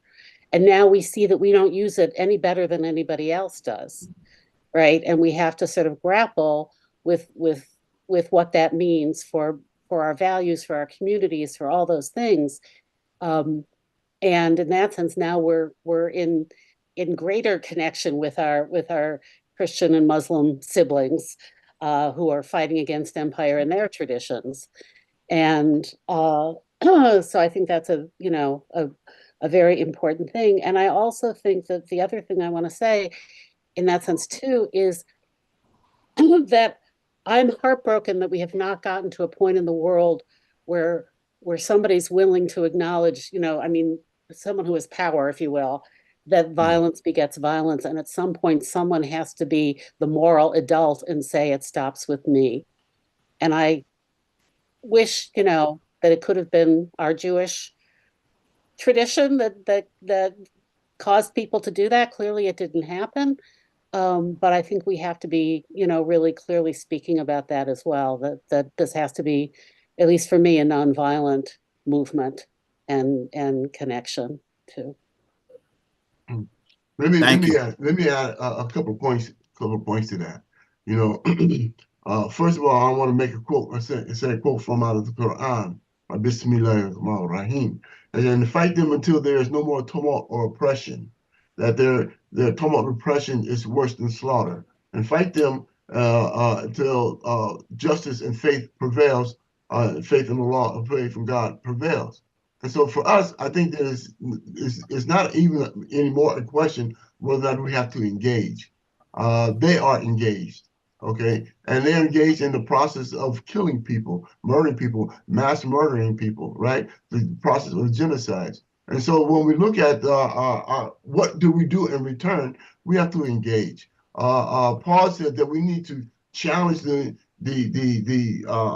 white nationalists, right? And their capacity, a desire or capacity to engage in violence, right? But in the same regards, we have to defend ourselves and be prepared to defend ourselves, because these people are, in fact, will engage in violence, right? They have a history of engaging in violence, mass murders, right? Lynching people, bombing people. The empire is based upon this idea of violence. And so for us, it is crucial that we begin the process of, we can defend ourselves, or creating a process of defending ourselves. And this also means, when I say fighting back, it also means what Paul says, that we need to enter into discussions, right? And creating new systems of understanding in terms of what Rabbi said, our common humanity, right? She said the Jewish community, Jewish faith has failed to take that mantle on to bring this kind of common humanity to the foreplay. But in the same regard, we also must be prepared to defend ourselves against those who want to annihilate us, who want to commit these genocides, right? Who has not raised their own common understanding of their humanity, whereby they recognize that they are just another person, another species on the planet. Okay, they're not there yet. And so for us, it is imperative that we create means of defenses, right? And fight against a system of annihilation, this death system that exists today, that is under the rubric of Christianity, under the rubric of Zionism, this death governing, right? That really needs to be looked at as critically as it is or has been prepared to commit genocides, from everything from Hiroshima to Nagasaki, to the copper bombing in the foliage of Vietnam, to the annihilation of 1 million people in Iraq in the last war in Iraq. 1 million people wiped off the planet, gone, right? Over a lie. Absolutely. Over a lie. Over so a they lie. can control the oils, and very similar to what's going on in Palestine today.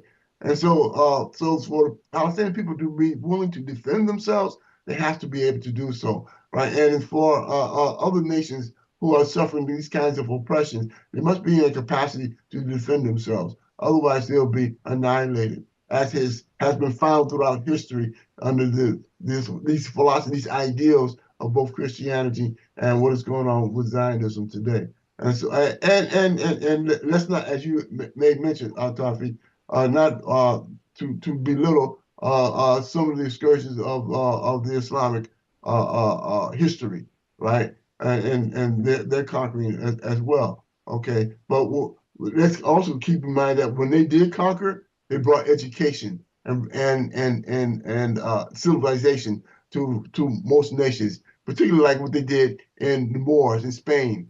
Okay, and Isn't that what the Christians said they were doing too? That's what they said they were doing. That's what they said they were doing. But we see the end results, right? Yeah, you're absolutely right, Rabbi Dor. They do make that pronouncement. But we gotta look at the end results, right? The end result that the Moors took the Europeans out of the Dark Ages. All right, that's the end result. Okay, now, we cannot say that has happened within the dynamics of enslavement of African people. Or the annihilation of the indigenous. All right, they didn't bring them out of the Dark Ages. Okay, and so that's important to make that kind of distinction historically. So absolutely, I have to interject. Unfortunately, because we have to stick to being the moderator. Unfortunately, it's not as great as I like it to be because I have to stick to the time like a timekeeper, and I have to remind all the panelists that we are at that time. And as much as I would love to go on, because there's some more dynamic questioning and informational empowerment that I would love to bring out, particularly what you just dropped off, or is dealing with the resolutions. But we have maybe like, I think 1-2 more minutes. Could I just get a 30-second closing statement from each of the panelists before we end tonight's 7th panel of this great discussion? Again, thank you again. 1 minute. I would just say that there's no reason to despair, that resistance is everywhere, that people are organizing around the world and in our local communities on a range of issues. And there's a whole new generation of young people coming up who are taking the lead and doing incredible things. So we need to support the work that's happening and keep our hopes alive. Thank you. Thank you. Rabbi. I'll say amen to what Paul said, and I'll add that this is the work of engagement with each other and learning from each other and creating solidarity among different communities that is also going to be moving us forward. Thank you.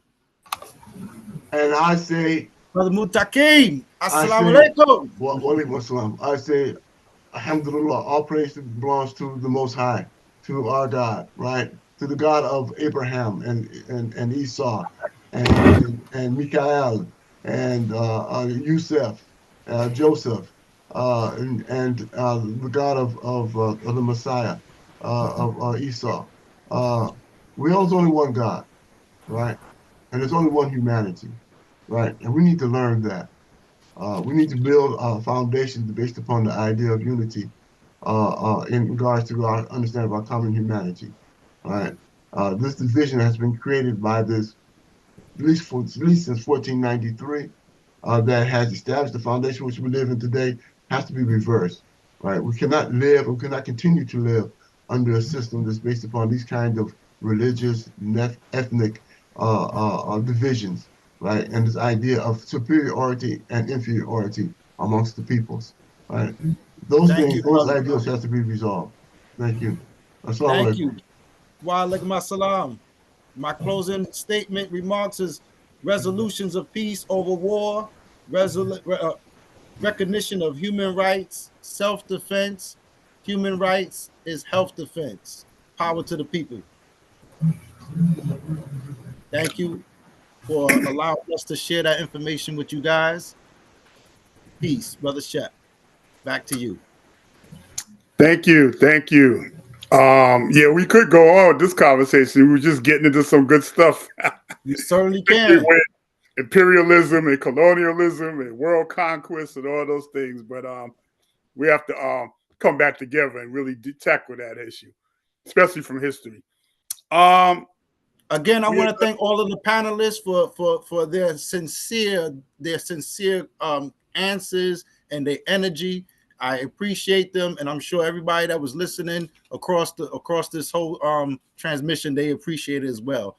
Again, shukran, shalom, Elohim, assalamu alaikum, alafia to all. Thank you. Okay, we're going to move on. This conference, we call it Interfaith, and definitely we're talking about spirituality. So we're going to put on a cultural piece that definitely deals with spirituality, and then we're going to introduce our keynote speaker for the evening. So Ryan, train time. All right, got it.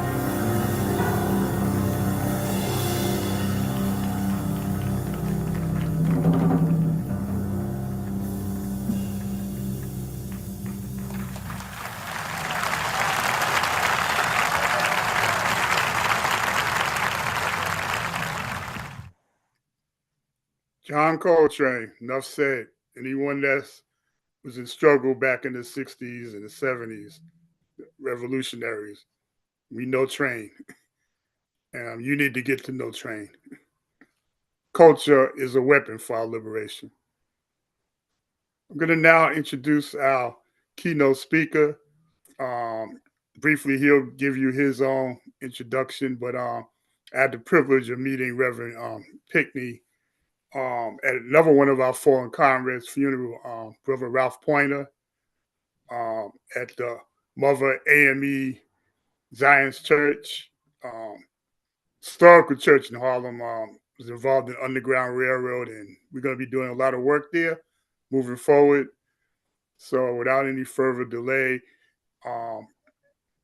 Reverend Pinkley, and you've got an extra 5 minutes. We're going to give you 20 minutes. All right. I can live with that. Thank you so much. Hey, I tell you, it's an honor to be here with you guys. I tell you what we need to do go forward. But I always like to start off with a scripture here to make sure that, my favorite scripture is that when Jesus gathered the people together, he said, if any man who will come after me, let him first deny himself, then pick up his cross and follow me. So that tells me that we all have a cross. And if we are to come behind Jesus, we have to pick it up. It's crucial that we understand what we need to do to go forward. See, here's what a lot of people don't know. Jesus was the greatest revolutionary warrior in the history of mankind. He went against government before everybody else even thought about it. He was a rebel. But what I want to do, I want to tell you this quick story about how I organize people. I'm the type of guy who recalls elected officials. That's what I do, you see, and I'm good at it. I'm so good at it that the sheriff department and the state police, anytime there's a recall, they come looking for me. But we had this commissioner. He was corrupt from the top to the bottom, a black guy who supported the corporations. I call the corporation the evil empire. And what he would do, he would take advantage of the people that live in Benton Harbor. Anything that they needed, he would take advantage of. He would take from the people, allow these corporations to have these big tax breaks, and nobody said a word. So we recalled him. And we were successful at recalling. Normally, I am successful. That's what scares them. I was successful at recalling him. And that getting people together, getting them organized. I believe in organizing, and organizing. I believe that. So we were fortunate to be successful. But they decided that they was going to send the sheriff department out to kick in people's doors so they can find a reason to arrest me. That's what they wanted to do. They wanted to arrest me. They didn't care about nothing else, you see. And unfortunately, what happened was they found a girl, which is the same thing that goes like what's going on today in Atlanta with that Fannie Willis, and they friends, people that you have been in contact with you, they turn on you. And this girl turned on me and said that I was paying people $5 to vote. That started the thing, which it wasn't true. I'll give them $5 to pass out flyers. But they got her to say that on the stand. And they convicted me. They couldn't send me to prison at that time, So they gave me 5 years probation. And from there, I wrote an article in the newspaper, People Tribune, and simply said, I quoted Deuteronomy 28, starting with the 15th verse. It simply was so simple that if you didn't hearken to the word of God, that all these things will come upon you. I'm paraphrasing. And that was in the eyes of the judge. I threatened his wife, life, his life, his children's life, and everybody else's life. And from that on, they sent me to prison for threatening the judge. He gave me 3 years in prison. But I was fortunate. When I got to prison, everybody was waiting on me. Like these guys, the moles, the Muslim brothers, all of them was waiting on me. When I got there, they came up to me and they asked me, how can I help them? Which I didn't have a clue. But I had to, what I wanted to do, I wanted to make sure that they understand one thing. I'm an organizer. That's what I do. I organize people, you see. So here was my plan. They had this. Reverend Pinckney, before you go on, could you just quickly, could you tell us who you are, where you're calling from?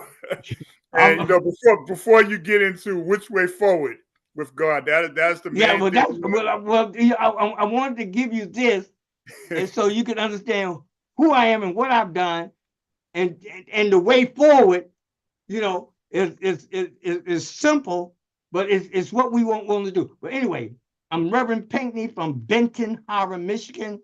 I'm the president of the Black Autonomy Network Community Organization and Benton Harbor Water Council.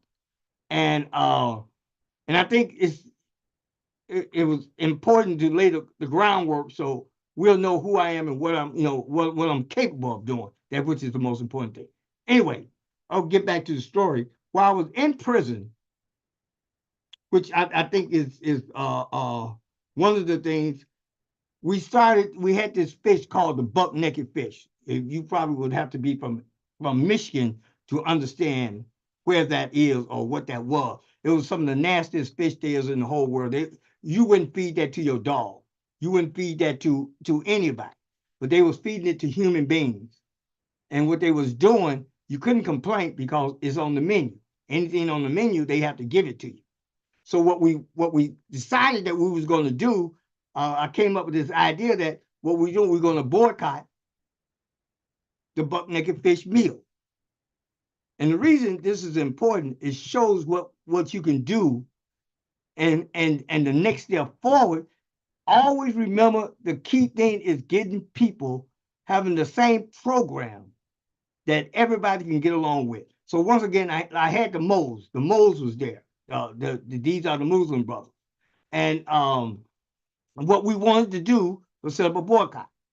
And in prison, a boycott is a no-no. It's something that you don't do. You don't do that inside the prison because they'll classify you. They'll put you in a level 5 or something, and you never see your family and stuff like that. But here's what we did, and we start organizing everybody together. It was 1,500 people at this prison, and I went to the Aryan Nation. I wanted everybody. I went to the Aryan Nation and talked with him. He never talked to a black person in 10 years. He had never talked to nobody in 10 years. And I came up to him and held a conversation with him in reference to the buck-naked fish. That we had a problem, and I told him this: you don't have to like me. See, we as warriors, we want people to like us. People don't have to like you, long as you have the same main objective. And that's what I did. When I went to this Aryan Nation, everybody, even the moles, told me, don't go to the Aryan Nation brothers. And I told them that we needed everybody that's willing to participate, and they were the second largest group there. So we went to the Aryan Nation and got them. The big guy, the head, told me, he said, I don't talk to black people. I don't talk to black people. I never talk to black people. And I told him the story. You don't have to talk to me. That's not important that you talk to me, But then we started walking around the compound and everybody's seeing us together. It kind of like pulled everybody together because nobody wanted to talk to him. He didn't want to talk to them. So we got him on board. We got the skinheads. We got the Mexicans, the Puerto Ricans, the Christians. We got we got everybody. And we set this up. And everybody was to go in and ask for the buck-naked fish. And this is why this is important. when you can get together, have the same main objection, if you're going to go forward, you have to work a plan. And what we did, we worked the plan and executed the plan. We got rid of the buck naked fish. Even today, they will not serve the buck naked fish. They came and wrote me out because they figured I was behind. I had only been there maybe 3 weeks, and they wrote me out and things. But I'm telling the story, in order for us to go forward, we always have to have a plan. We have to execute a plan. We have to know that we're organizing. We're making sure that we're getting people heading in the right direction, and always think positive about what we need to do and what we have to do. And it's something that we can do. It's not too hard for us to move forward and take care of our business, because a lot of times we have so much in-house fighting that we can't complete nothing. And here's the thing, here like in Benton Harbor, I said, we have what we call the Sambo Award here. We call out these people. We call them out. We make sure they understand if you're not with us, you're against us. And you will find out that there's a lot of black people that's willing to sell you out to these white folks, these white devils, and do whatever they want to do to you and your family. There's nothing more important than making sure that when we go forward with a plan. My plan, the first step we need to do, make sure that we're organized. You got to organize, and you got to tell the people the truth. Anything other than that, they find out that you lied or you're a liar or something like that, you're going to lose it. And we got, during that prison thing, we got over 1,300 people to join in prison. So that's not really, when we talk about that, that's the hardest thing to do, to get people to come aboard in the prisons. But we out here, we know that we have to take this thing to a whole different level. We know that we got to move forward. We know that there's things that we have to do. We got to make sure that we on top of our program. Too many times that, we got black brothers and sisters out here who have been robbed of themselves. They don't even know who they are. And they out here trying to please white folks. We have to, the way I do it, I confront them. I call them out. I make sure, because see, America is killing black people. It's killing black people. Killing black people in the hospital. It's killing black people in the classroom. It's killing black people in the hospital. And we're sitting around not doing nothing about it. I believe in fighting everything. I believe in organizing people together to do things. I believe that if we're going to move forward, we have to make sure we have a plan and put that plan together. I don't have an international plan. I don't have that. I have what we call a local plan. My plan locally, where I'm known, I'm able to organize and mobilize people to do what we need to do. Just recently, we had an incident here at a school where a 12-year-old girl was attacked by another little group of 12-year-old boys. They call her the nigger word. They call her nigger, and the teachers was there, older teachers, they laughed. They thought it was funny, you see? So now they call me. My job is to make sure I organize enough people to get over and do what we need to do and have a complete plan. My thing is that we got to start educating, and educating. As long as we're educating, we can be successful. We can't go out there without educating the people and looking forward to what needs to be done, because it's important. I know what happened during this period of time, what happened to us. Can you imagine all the hell that black people have been through? How much hell that black people has been through? Over 450 years of being tortured, raped, harmed. They raped our women, they raped the men, the children. And yet still we wanna be like them? No way. That's why it's important to continue to doing what we need to do. Stay focused on the plan and stick to the plan. We need, as a group, we can have a national plan, but we got to execute the plan. We got to make sure we're doing what we're supposed to do. We got to make sure we're protecting the future of our children too. That's the foundation. You see, we can't build unless we have a foundation. We got to make sure that everything we do is directed for our children today and the future. That's how we supposed to deal. That's how we supposed to be. That's how we have to build up things. And if we don't do it that way, we'll just spinning our wheel. And I'm going to say this. I'm going to close by saying this. We as Black people, we got to get better. You know, we got to get better. We got to make sure that we're doing things to enhance the future of our children. You see, that's the foundation. We got to make sure that we're doing things to enhance that. If we're not doing that, we're not doing anything. And I think that's where we drop the ball at. There's so many things that we can do. We need to tell them. We need to talk to each other. We don't talk to each other no more. We don't do these things no more. We don't want to be in a compromising position like we are today. You see, educational wise, I can only speak about Benton Harbor. We got the worst educational system probably in the country. We ranked last in Michigan. You know why we rank last? Because they don't care. Black folks don't care enough. All they want to do is get the money and run. But that's when we come in. We challenge them on that note. We challenge them doing that and make them do the right thing. Because they are not going to do the right thing unless we force them. You see, we need humanitarians, not people motivated by money. And our school system, you know, check our school system. Make sure that we're doing the right thing. Make sure we're building a future. Because if we're not, all we're doing is spinning our wheel. And I'm going to say this, and I'm going to close on this, is that we must continue to stand up and fight. You know, it's not many as I would like right now. We're 50 million strong. You see, they said, well, it's 40 million. Some say 40. Actually, it's 50 million of us.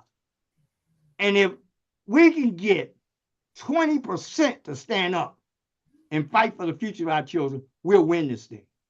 We can win. We can win.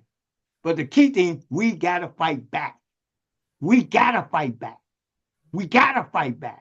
If we don't fight back, things going to continue just like it is for the next 400 years. We better get it right.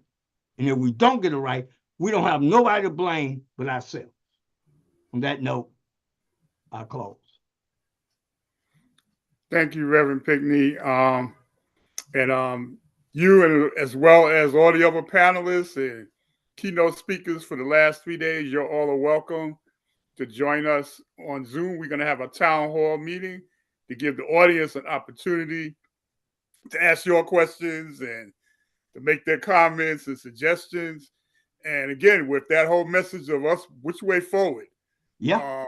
The whole purpose of this conference was to gather all the faith leaders and all the spiritual leaders together so y'all could come together and figure out the best way for us to move forward with God, with our ancestors, the Orisha, and all those spiritual forces that our people have access to so we can liberate ourselves. So, again, you're welcome to stay right here. You can stay right here. This is where we're going to do it at. And Ryan, if you could throw that that link up that I sent you for the Zoom, so all those that are on live stream can make that transition to here, that would be good. And after you do that, we're going to throw up a couple of flyers. We have 2 events coming up tomorrow, folks. Tomorrow is, you've been hearing the name of Baba Kamau Sadiki all through this weekend. Yes. And of course, that's our namesake for part of the sponsors here. His 71st birthday is tomorrow. Okay. There's no reason why he should be celebrating that birthday locked up in that prison. That's right. We have to bring our elders home. And, Reverend Pickney didn't talk too much about the work that he does in the prisons and so forth. But no, we're going to have time for that. We're going to definitely make those connections as we move forward. That's the whole purpose of this. So Ryan, could you throw that link up for the one moment. Okay, just so folks can zoom in. First, I'm sharing this flyer because I have it handy. Okay, you're doing the text, so that's fine. This is going to take place tomorrow, prior to Kamau's birthday celebration. So you sent me the link to through email, or how should I do that? I emailed you the Zoom link to here, so folks can see it that are on live stream.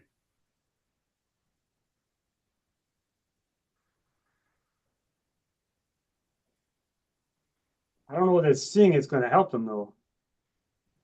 Well, they need to click the link. Yeah.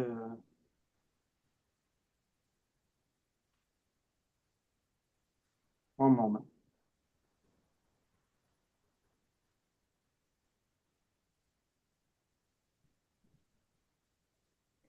And tomorrow, while he's doing that, before we put the flyer up, there it is.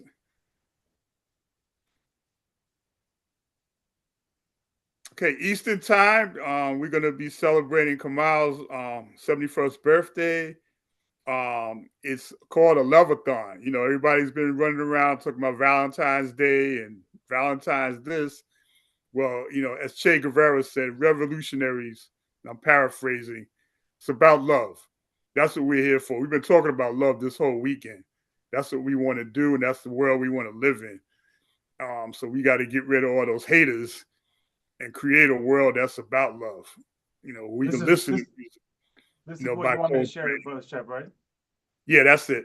I don't know if people can see that, but that's the link to this Zoom platform. So give people a couple of seconds to copy and paste that, and then you can click on and you can join us here. We're going to spend close to 2 hours in a conversation. We want answers. We want solutions. I'm sure all of you listen to the speakers and the presenters, and you'll probably say, oh, well, what about this? And you didn't mention that, or she didn't say the other. Well, this is going to be your opportunity because we didn't do a Q&A purposely so we could come together as a family across this country and even beyond. We know Jahad Mumit came in from South Africa, or I still call her Zania. Baba Bilal was in Belize, and we have people from all over this country. So hopefully they'll be in, and we can have this conversation and open up. You can put questions in the chat. You can raise your hands. I see people are starting to come in now. And we're going to do this across this country and even beyond.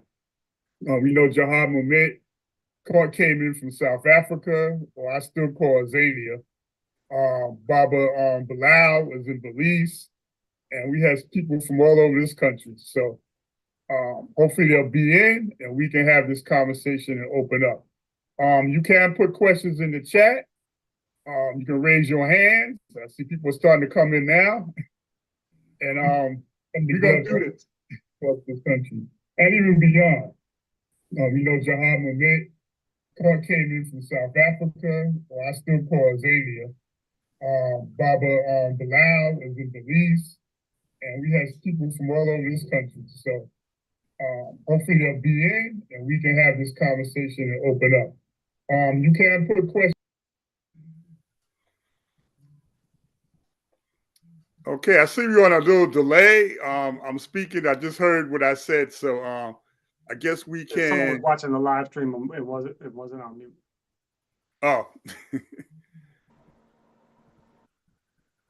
You'd also be prepared for Zoom bombers. We had a Zoom bomber in the YouTube chat.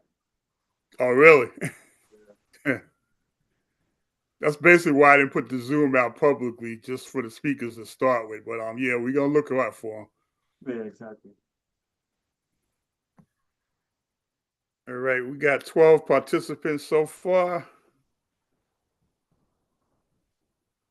You know what? Let's do this, Ryan. Let's put Earth, Wind, and Fire on, and then we'll start after that. be prepared for Zoom bombers. We had a Zoom bomber in the YouTube chat. Oh, really? That's basically why they put the Zoom out public. As you join the Zoom, remember to stay muted.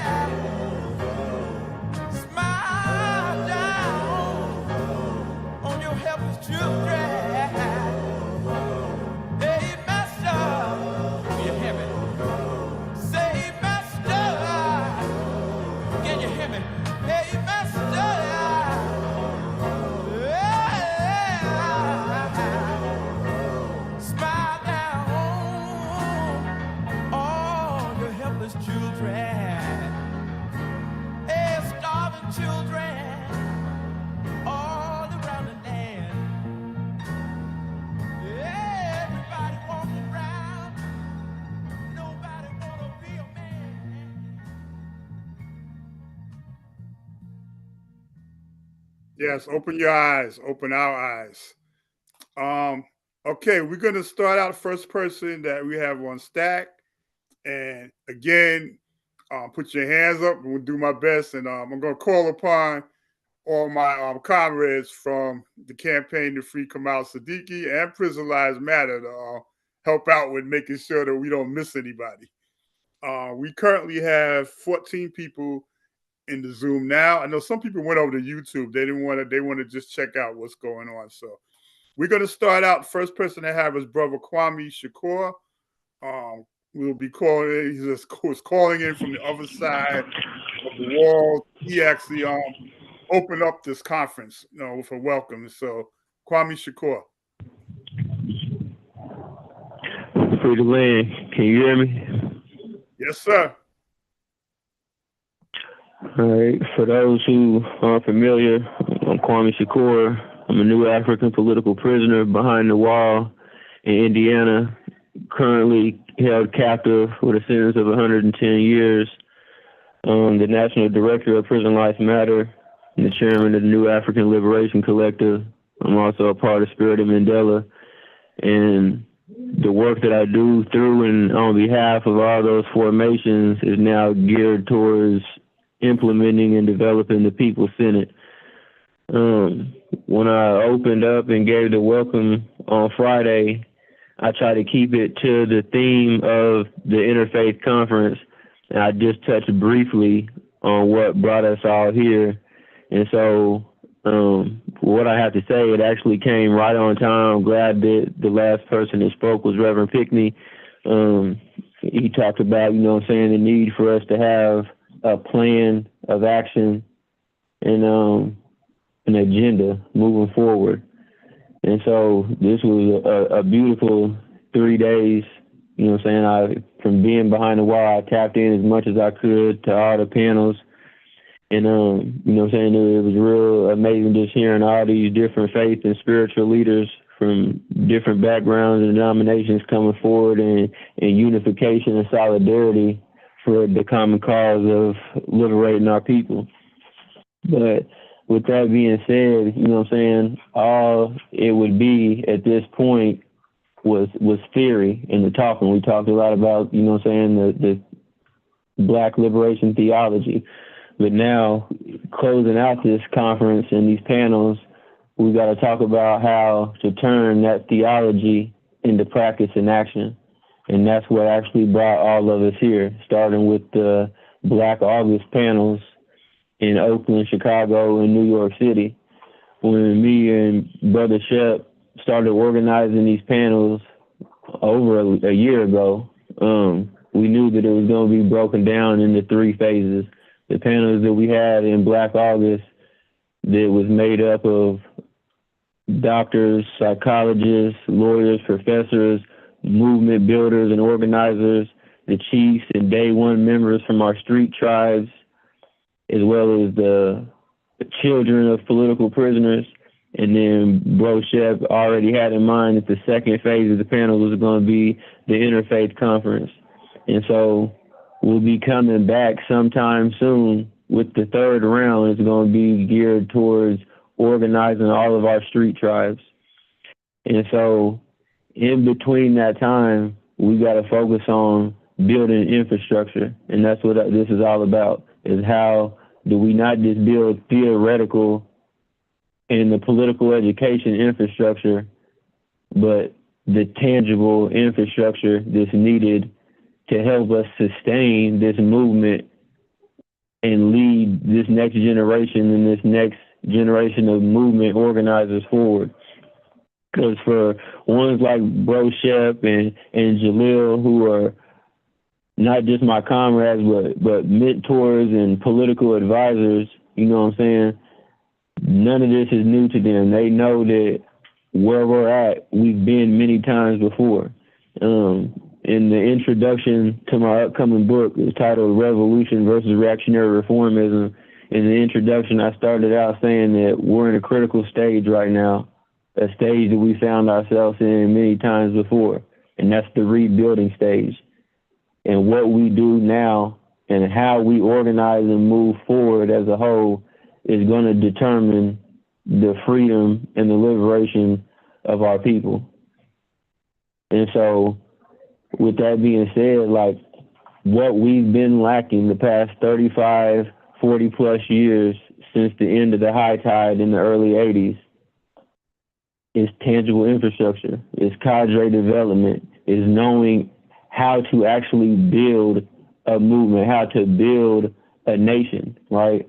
And one of the things that we're lacking when we don't have that cadre development, when we're not talking about decolonization programs and what those actually look like beyond mutual aid, is what Frantz Fanon called that fundamental transition period.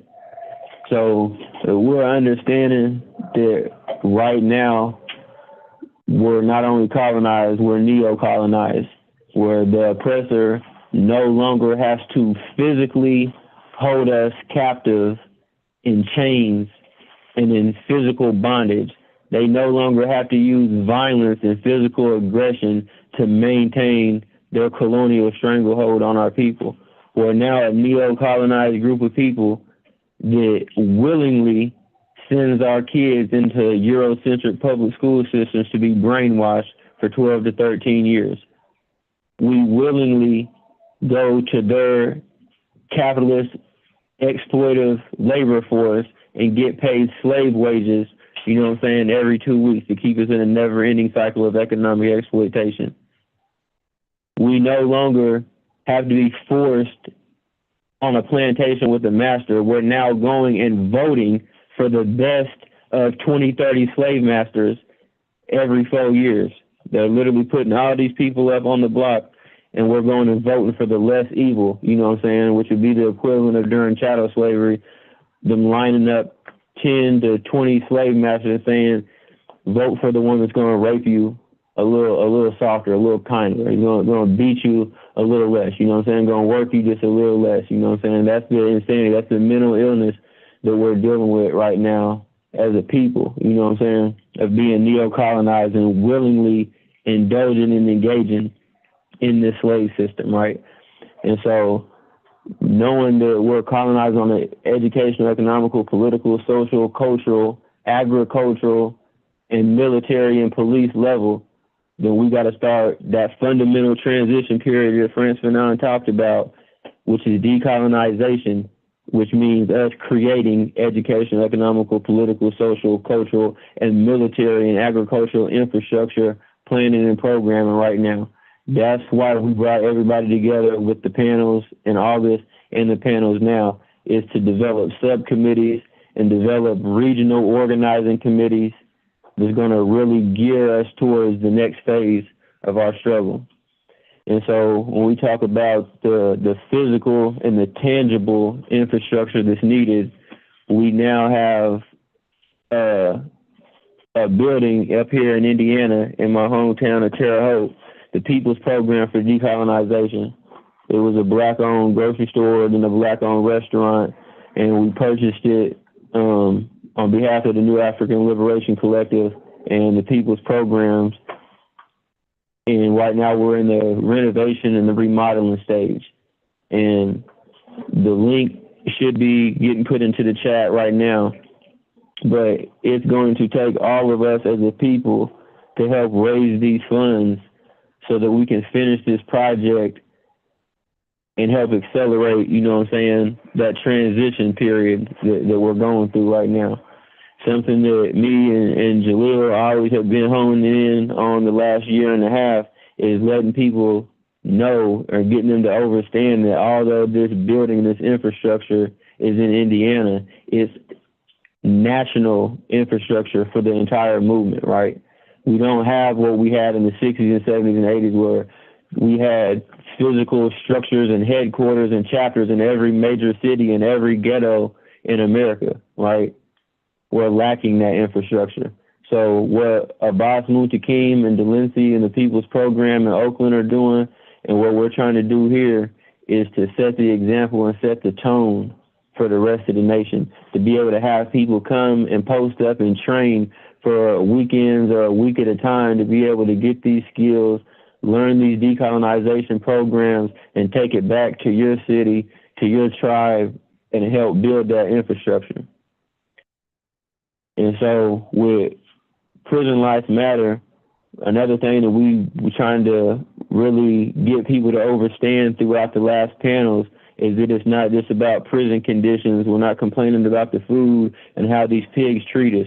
We all know what that is. Prison Life Matter is a decolonization vehicle to help build national and international solidarity and understanding that these prisons replace chattel slavery, and that these prisons are what's helping to maintain the neo-colonial hold on New African, Chicano, and indigenous nations and tribes over here on Turtle Island.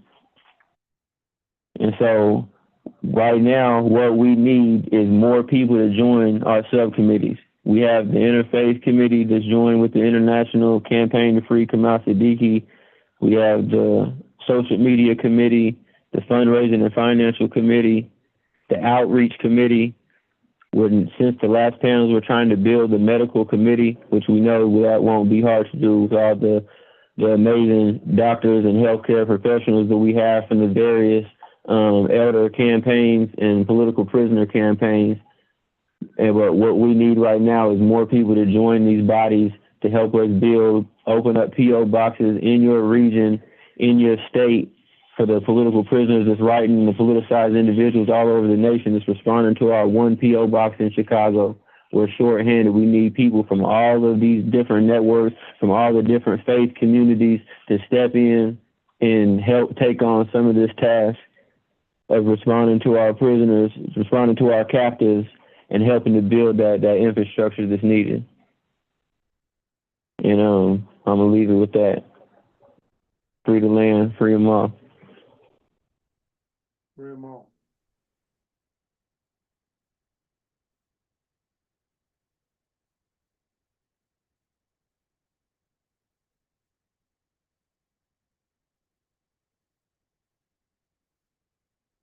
If somebody could, Jordan, if you're on it, if you could put the link to the Prison Life Matter website in the chat as well, so that people know how to contact us if they're wanting to help and join the national cause and the Liberate Our Elders cause, and know how to contact us to do some of this work that we're talking about.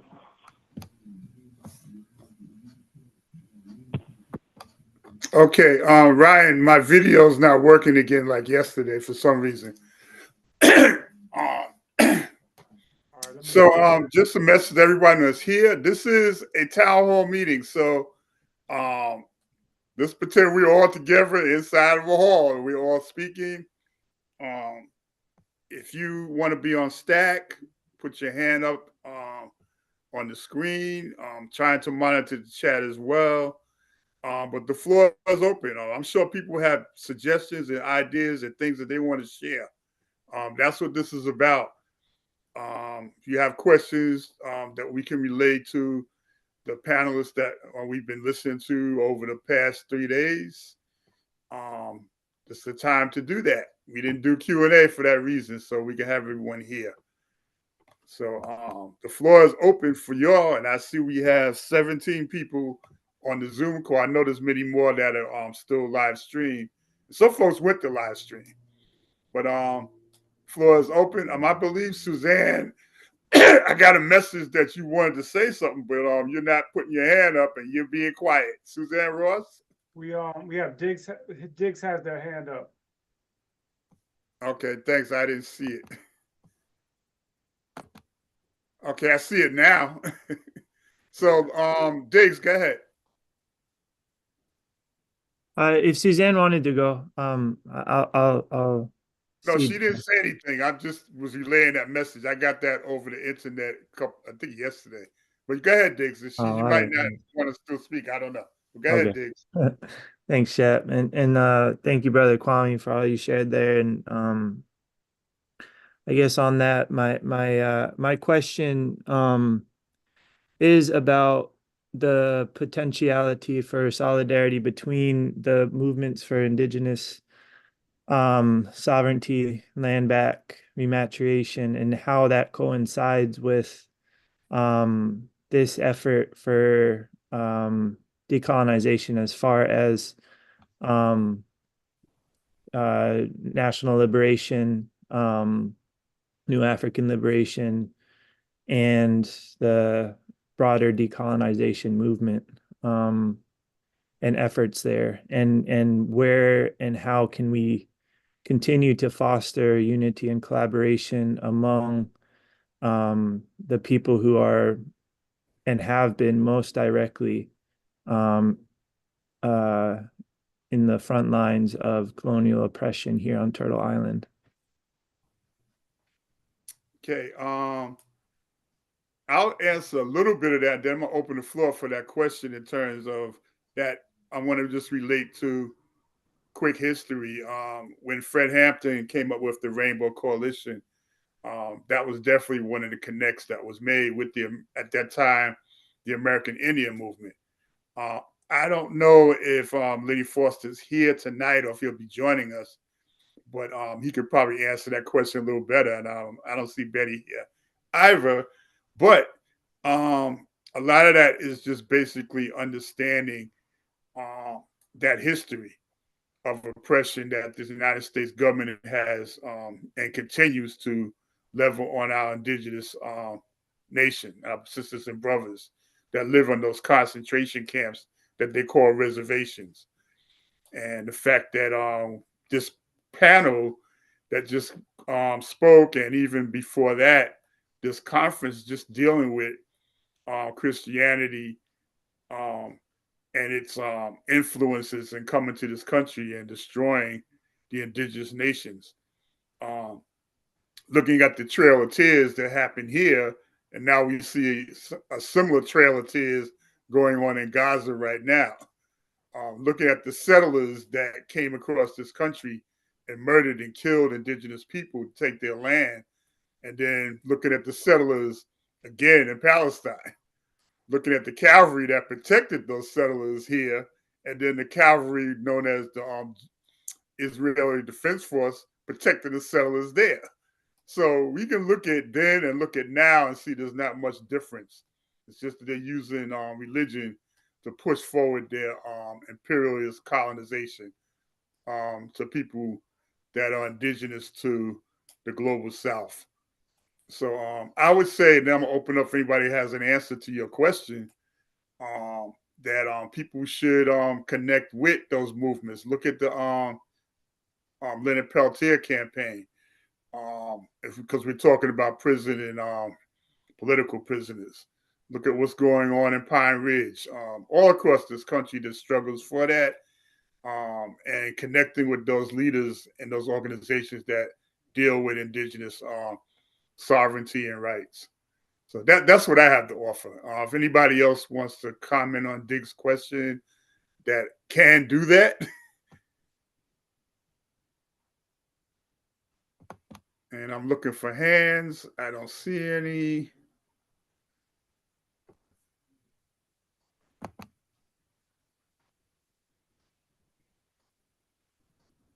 Okay, there's a message. Anyone wants to speak, feel free to put your hand up. Otherwise, we won't know. Hey, Shep, this is Val. Diggs has his hand up again. Diggs, do you want to repeat your question? Oh, yeah. My question is about was about the potential to build, increase solidarity efforts between indigenous rematriation, indigenous land back and sovereignty, alongside the movements for Prison Lives Matter and national liberation and Black liberation. One just follow up, Shep, on what you said. I think there's something strong to like the speaking up publicly, just as Brother Jaleel Muntakim said before. Like part of how we show solidarity for the Palestinian people right now is like explicitly in support for the Palestinian struggle against Israeli apartheid, and it is overthrowing the empire here in the belly of the beast. And so that's our solidarity. That is part of our solidarity. And so as far as like what that looks like, building that movement here across, because the divisions between, I think, indigenous people and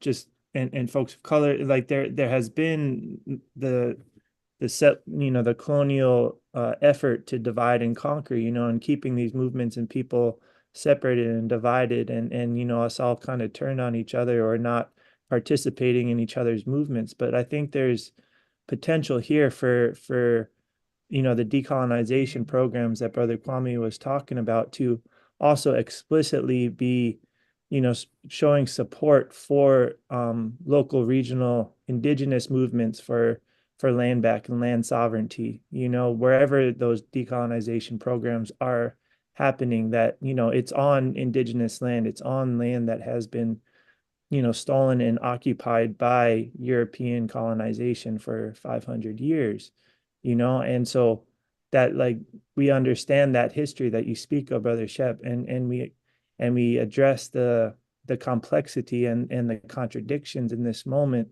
of primarily indigenous sovereignty and new African liberation and national liberation. So just, I don't know, it's not really a question. I just, it's something that came up a lot through this conference, especially talking about spirituality and land and the importance of land-based just culture, and that we get back to the land in every way that we can.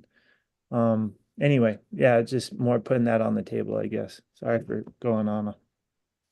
No, thank you. Diggs, actually, that's what we're looking for in this town hall. Not so much questions, unless you have something specific for one of the panelists or the speakers. But putting those ideas out, what you did right now, just then, that's what we're looking for. And I see Jalil. And again, folks, please put your hands up. I have my pad and my paper so I can write down folks for stack so we can get through this and have participation in this. And incidentally, Dave, before I call on Comrade Jalil, I'm actually a Bishawalakai, which is another name for a dog soldier. My heritage is Seminole, coming from those areas from Gullah Geechee, from Georgia through South Carolina and Florida.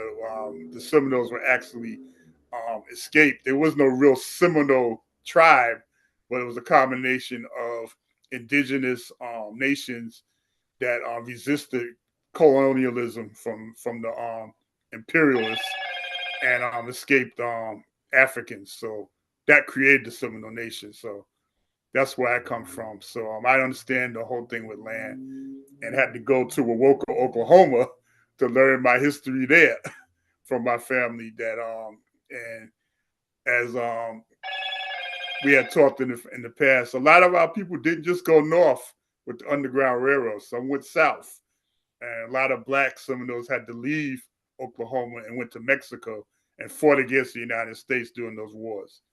So Jalil and then Suzanne Ross.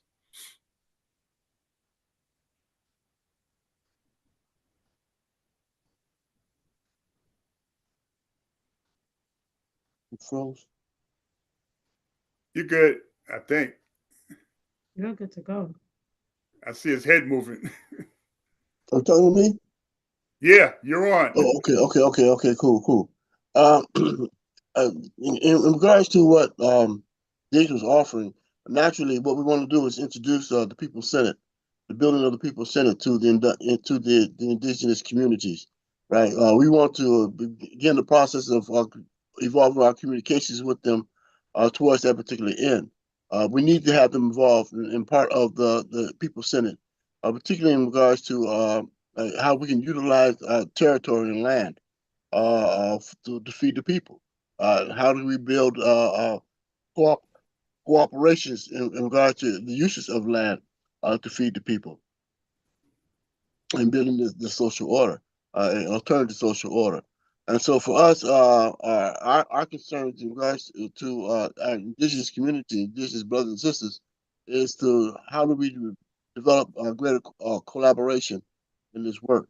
And one way that we can do so is by introducing the People's Senate and inviting them to the People's Senate.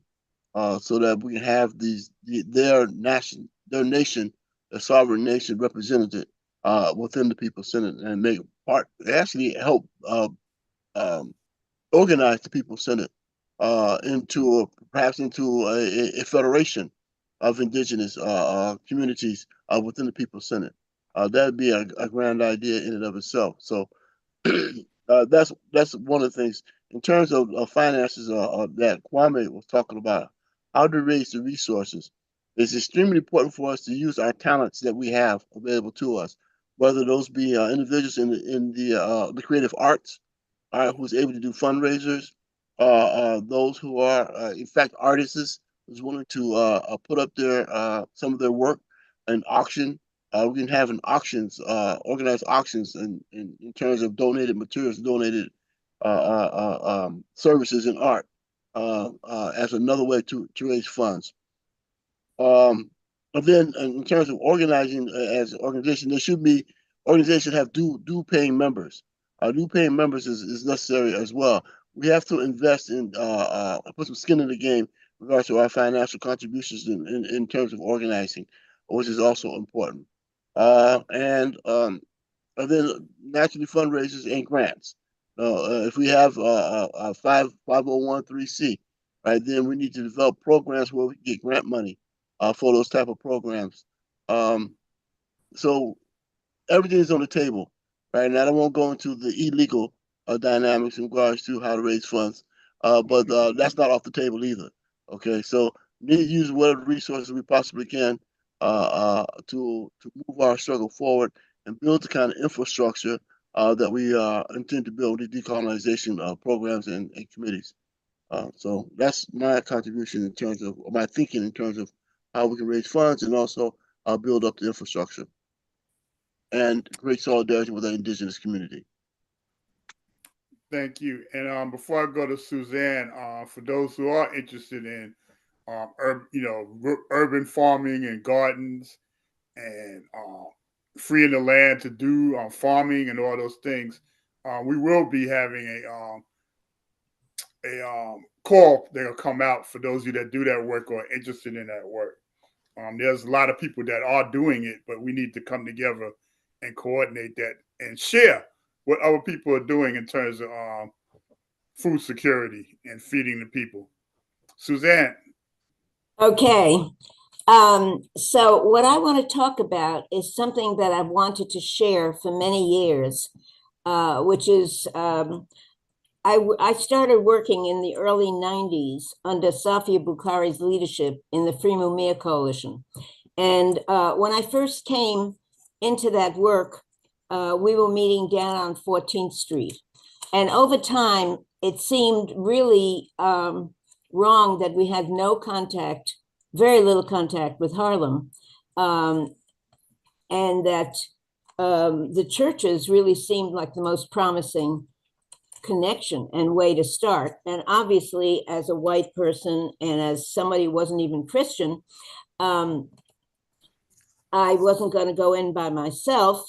And I spoke with Olambe Brath, who many of you obviously know, our beloved Olambe Brath, and he came with me to the Mother AME Zion Church, which I am delighted to hear, Shep, that you are about to start working more with them. It's a beautiful church and it has a phenomenal history. And we came there and the church opened up its doors to us completely. And we had this amazing event that we had no expectations that we could organize and that we had the space for. And lo and behold, we did. And we had Ossie Davis, Ruby Dee, David Dinkins, all these people showed up. And somehow it all seemed magical. It all seemed magical. It all seemed possible to do. And without going to all the details, soon after that, we started working with Salem Methodist Church, St. Mary's Church, and eventually Riverside Church. And when I hear people often call me or say something about, do you have any place where we can have an event, and there's no event and it's so expensive, we never paid anything for these events, for these places. And Riverside, of course, was a very, very wealthy church. And at that time, Reverend Forbes was still the head of the church. And we began working there, having book parties, films, all kinds of things. And I remember, and eventually it ended up with this huge event on September 14th, 2012, of the church being filled, the sanctuary, with over 2,000 people. And we had Michelle Alexander, Angela Davis, Mark Lamont Hill, Cornel West, all kinds of people. And also the person, his name is slipping, I can't remember his name right now, Juan Mendez from the United Nations, who was the person who announced, he was from the Human Rights Commission, and he's the one who coined that phrase that more than 14 days in solitary confinement constitutes torture. And it was picked up. It became all over the world, people began talking about this, but the United States a lot. Of course, it had still not been implemented adequately. But all of that happened at Riverside Church. And I remember our movement, the left in particular, I'm talking about predominantly white left, but not just the white left, had a tendency to look down on religion. And though I was not a particularly religious person in that way, I had worked with liberation theology people in Central America. I'd had a lot of experience.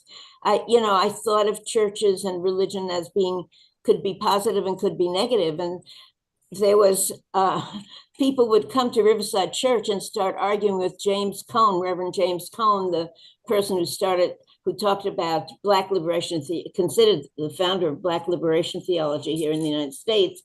And also Reverend Forbes, I remember at some meeting we had, actually it was a book party on one of Mumia's books, The Faith of Our Fathers. It's about Black religion. And several people challenged the ministers and said, what revolution has religion brought on? What can we expect from religion? I mean, Marxism, Leninism builds revolutions. Religion does not do that. And I remember Reverend Cone, Dr. Cone, saying something about, the civil rights movement, whatever was a pretty big movement, and it was started by a religious group. And also, so there were two aspects to that. One of not understanding the role that religion has played and can play, but the other was often a lack of respect, as though we were in competition, Marxist Leninist versus religion. And that was not the way to do religious work. That's not how you come into Riverside Church. But I worked there, about on and off about 20 years. And one of the things that struck me as necessary as soon as I came in, I remember and I was representing the Mumia movement, but when I came into the church, they had a prison ministry. And I realized that if I was going to be effective in that church, we had to work with the prison ministry, which of course we did. And I brought in some other people who worked with us. So I'm just saying I had a lot of trouble getting other people to join me in this work. People often would say, I'm not religious or I'm not Christian. I said, well, I'm not religious and I'm not Christian. And this was mostly in Black churches. And I was saying, I'm not Black. I'm obviously not Black. There are ways to do this work. And the doors that were opened up to us, and I've often tried to talk to people about this, don't ignore these churches. Their wealth of not only resources in the material sense, but also a human base. People, you get to meet a lot of people at the church. The churches have people attend services and so on and so on. So I really want to make another push. I'm not as involved as I used to be by any means, but I really want to urge people to take advantage of the churches that are in these communities. And the Harlem churches really opened up their doors to us. And we were able to be very effective and never had to worry about money or space or things like that, because there they were built in to that church. And finally, I want to say that there was a particular thing just a few years ago when Jaleel was, we were trying to get him out of prison at that time. I guess he had come up for the parole board so many times. And one of the people I turned to, again, it's not my home because of the Zionist politics, but there's a progressive rabbi there, Rabbi Rolando Madelon, and he responded and offered to help on getting out a letter to get Jaleel out. And when Jaleel actually got out, he was so happy, Rabbi Madelon, and he was particularly happy that Jaleel got to spend at least a year, with his mother once he came out of prison. And that human connection, the fact that I knew him and the fact that he was able to respond like that, was very moving to me. So there are a lot of wonderful opportunities with working with religious institutions. And if you don't come in aggressively in a challenging way, but there really are a lot of opportunities. And I wanted to make another call, as I have many times before, to people to take advantage of these opportunities. We need them. We need them. So I also want to commend the— All right, thank you, Suzanne. We have another person on. I was going to commend you for the great organizing of this conference. All right. And just so folks will know, if we don't get people to participate, then whoever's on, they're going to have the floor for as long as they can talk. So, Robert, you're up.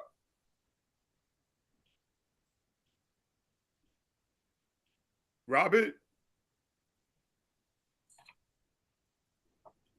Peace, everybody. First and foremost, thank you for everyone to sharing their time and space this past weekend. It's been phenomenal. At first, I wasn't going to speak, but I just want to say that if the more we— Robert, before you go on, okay, never mind. Go ahead. No, go ahead, Chef. No, I was telling people to put themselves on mute, but go ahead.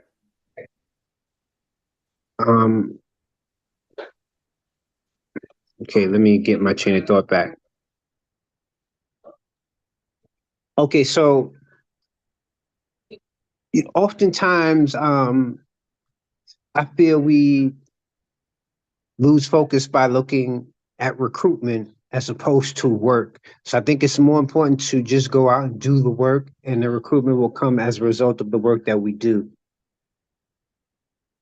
And so when I say, so when we say we need, when I'm saying is when we say we need to reach out to these churches or to whatever religious establishment that may be, or spiritual establishment that may be, if we're doing the work in that community, the people will come. Will come, and then that'll better our relationship with whatever religious or spiritual establishment they are in those communities. When they see that we're actually doing the work, because too oftentimes people will come and talk and then leave. So in essence, we're just playing politician and not workers. Peace.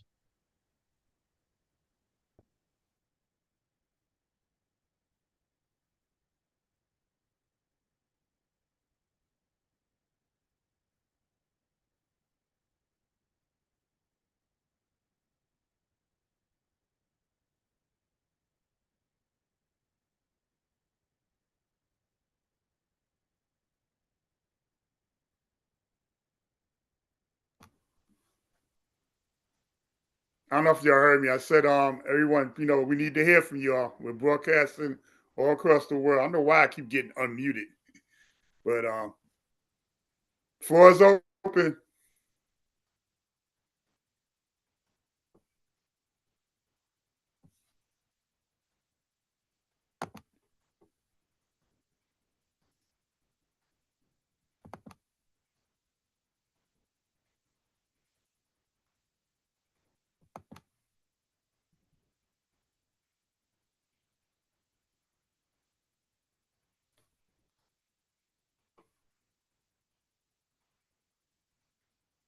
if folks have events coming up that are related to our topics for liberating our elders, I know that I saw a couple of flyers.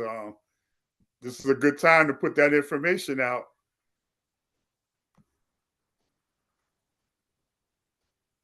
I'm gonna have mention of the People's Senate, so I'm gonna share their website with share screen. Yeah, go ahead.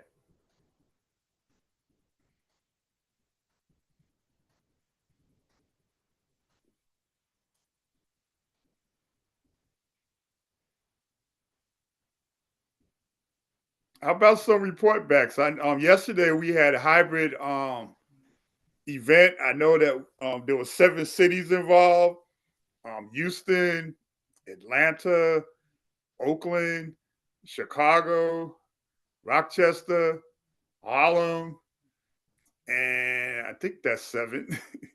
Oh, and Philadelphia. How about some report? How did that go? Did people show up? How did the event go? Did people sign up to do more work? Did people have conversations? What was their take on the whole conference itself? And there's still a couple of speakers here and facilitators. I see, excuse me, I see Brother Tafik is here, Jalil is here, Reverend Pickney is here, Pastor Keith is here. There's folks that y'all can still ask questions to. And I heard you, Ryan. I didn't see a hand. I'm looking. Yeah, it's still up. Okay, I see it. Shannon. Yeah, you were in Harlem. You got the floor, Sister Shannon. Hey, gang, can everyone hear me? Yes. Yeah, we can hear you, Shannon. Perfect. Okay, so I'll keep it short and sweet. First and foremost, I would like to thank Brother Shep for putting on a fantastic 3-day program. You know, you just Mr. Do-It-All out here. No, it wasn't just me. Well, and to everyone else, I didn't get to that part yet, but to all of the panelists and contributors and everyone that took time to be a part of this program thus far. So that is much, much, much appreciated. So I just wanted to say that up front. My commentary is with respect. Oh, yeah. And shout out to Pastor Keith. Shout out to Pastor Keith. That's me doing those just becauses y'all be getting. That's me doing that.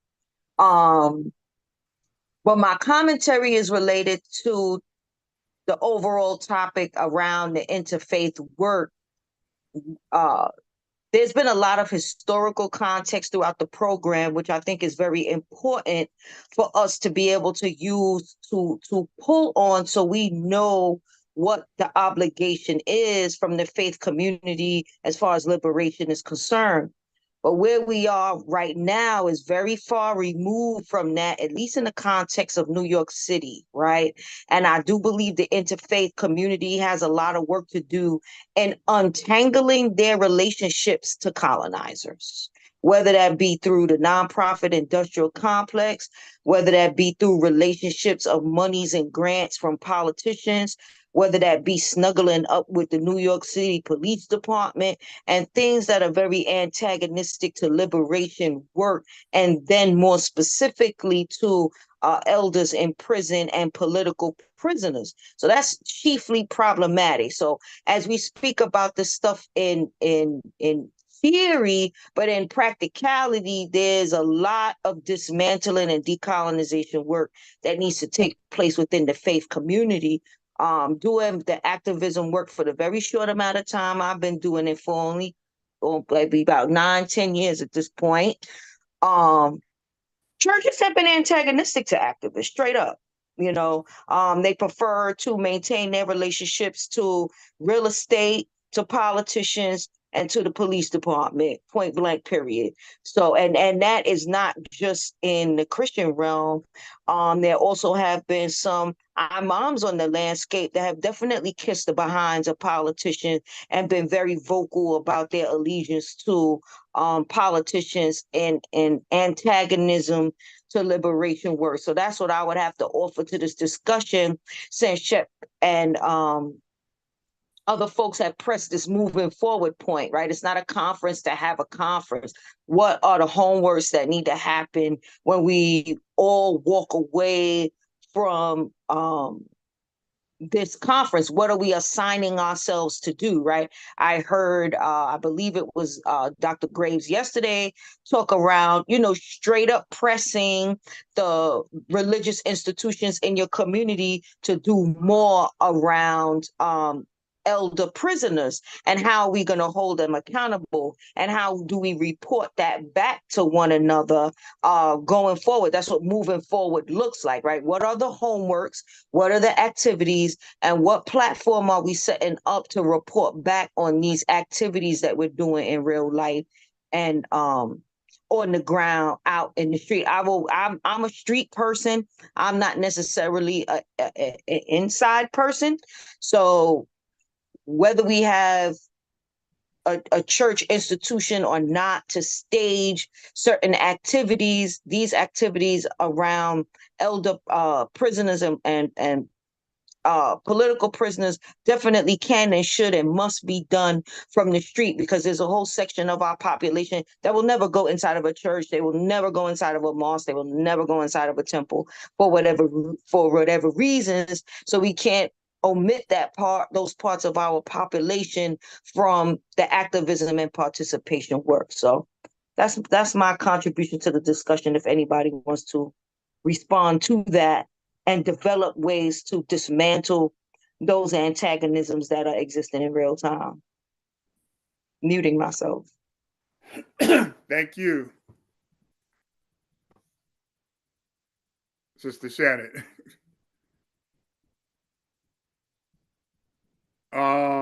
Keith Collins, are you raising your hand, or yeah, try to use that little icon at the bottom, folks, so I can see you. Go ahead, Pastor Keith. One moment, let me unmute Pastor Keith. Okay, here we go. Shannon, I think you're spot on, because there is another step of, I like the word you use, unraveling, because one of the things I would suggest as an action point, because as Reverend Pinckney said, we got to be about organizing and action, is that with these with our faith practitioners within our urban settings, whether it be up in New York or the boroughs of New York or where I am and just in the Philadelphia area, there is a embeddedness of the empire with faith-based groups, whether they be Islamic, whether they be Judaic, whether they be Christian or other faiths. One of the things we can do is try to, at first, reach out to them and help them to see from a philosophical, political, dialectical point that this is not the best way to serve our people. And then additionally, I would suggest, like, one of the projects we're going to work on is developing a report card or score card, whatever you want to call it, for these politicians, for these for the judges, for the magistrates, who are the people, and even if we have to, for the churches, for the ministries that are in bed with these people. And now we got the technology to make it up. Somebody can we can document things that they've done. We can put it on our social media posts to let people know these are not people that you should support. These are not politicians you should support. These are not, these ministries aren't necessarily operating in the best interest of the people, because people don't really do the analysis. I mean, they like something about the ministry. They like something about their politician. They don't really necessarily do a lot of political analysis. And that's where we come in, because we have, this is the life that we have chosen, but the people haven't necessarily chosen that. And you know how they do. They give out things election time. They cut little ribbons. They build a playground while they're supporting Cop City. So we have to kind of be active out here, and while we're out here in the street, as Sister Shannon said, we got to now have something in our hands to tell the people why they need to pull back or push back on these certain organizations, whether they be or politicians, because they haven't done that analysis, and many of us have. So I think that that's something that we're working on, is telling people, you know, exposing people, you know, like where I am in the Philly area, you know, we had a horrible situation where, you know, the cops, you know, slash pigs, you know, killed a little black girl, and there wasn't one black politician that stood up and said anything. You know, that much of an allegiance to the Democratic Party. There wasn't any real pastors that stood up and said anything. So, you know, we had to constantly, so what I do as a voice, and hopefully force multiply, is I let the people know, no, this was wrong. If it was your pastor, it was your council person, your man. We got black men, we got black council people out here, and none of them said anything. They all lined up behind the Democratic DA and the Democratic Party. So that's what I think, Shannon, we can add, is to kind of put up something in a flyer format, or just when we hit the streets, you know, help the people do that analysis, so that they make the connection between whether it was a ministry or a pastor or a politician who supported the empire more than they supported their people. Just a thought.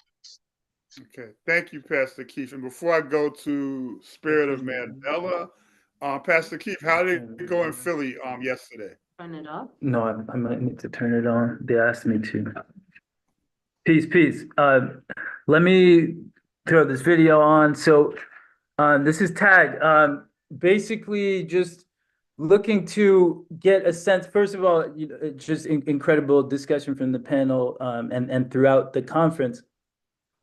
But I'm wondering if with the guidance that we've had about connecting with the spiritual community, faith-based communities, clergy, etc., are there some kind of baseline tactics that we can go over in terms of how to initiate engagement with some of these spaces? So I heard you know, Suzanne laying out some of her contact with the different churches. And I'm wondering, on kind of the ground level, are there some baseline approaches that we should be taking out the gate if we're looking to interact with, engage, and build with it longer term with one of these spiritual spaces, religious spaces, etc.? Great looks. Any answers to that before I open my mouth? And also, I was trying to get in for Pastor Keith. When you get a chance, let us know how it went in Philadelphia. With that, a lot of it comes through how we organized this conference. We asked folks that were members of churches, a part of congregations, to reach out to their pastors or their ministers and invite them to participate. And we haven't been able to do any review of who's been on these calls these last 3 days. And hopefully they will be a lot better at responding than we're getting so far here tonight. Hint. But in any case, once we get that information, we'll be able to know how effective we were with our outreach in that manner.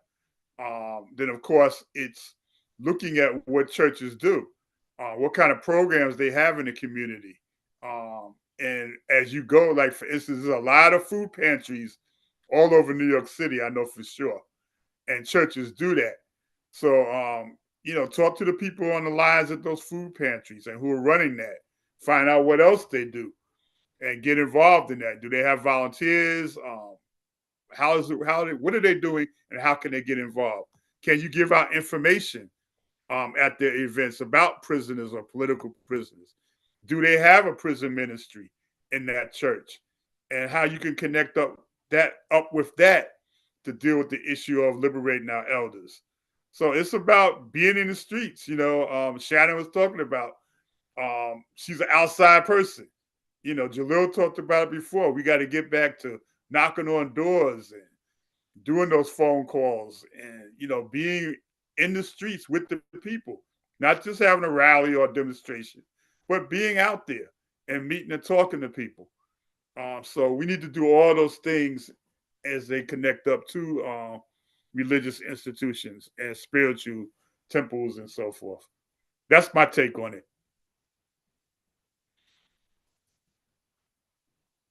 Brother Shep, just so you know, we have Robert raised his hand, so we have Robert on stack. But Okay, Robert, you're up again. He raised his hand before Tag made his statement and asked his question. So I don't know if we want to let other people respond to Tag's. Yeah, I'm trying to go around and get people that didn't speak yet. But go ahead, Robert. Let me unmute him.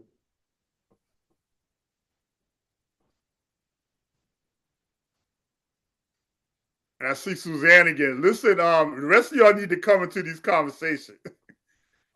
And just so you know, Brother Shep, we have a question from the live stream, but we'll let Robert speak first.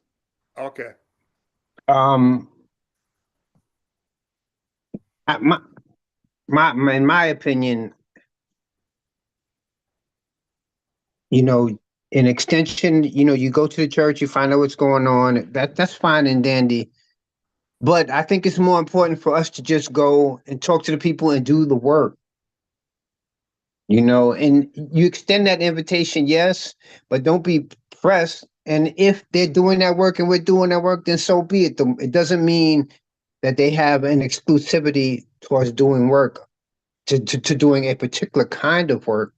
If anything, if they're not doing it, the people will ask, well, you know, they'll do their own self-analysis of what's going on in their community. They're doing that already.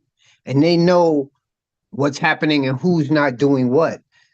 So by coming in, by talking to people and doing the work, with whether or not with the church or without it, it draws more attention to what they're not doing. Because they have our work is our proof of what's being done and that their needs are. We're helping them to meet their needs and for them to self-sustain their own situation within their own communities. And that's it. Okay. I want to go to Brother Tafiq, Dr. Shaka Zulu, who actually, due to his work and contacting and communicating for this conference with Mother AME, he's going to probably be doing martial arts and health and healing classes at that church. Brother Tafiq, could you tell people how you were able to initiate that? Just as some ideas. I hope you can hear me. I see your name still here. Yeah, man, I clicked for him to unmute. Oh, yeah, he's unmuted. Okay. Can you hear me now? Hold on. I can hear it. Hold on. Here we go. I can hear you. I hear you, but I don't see you.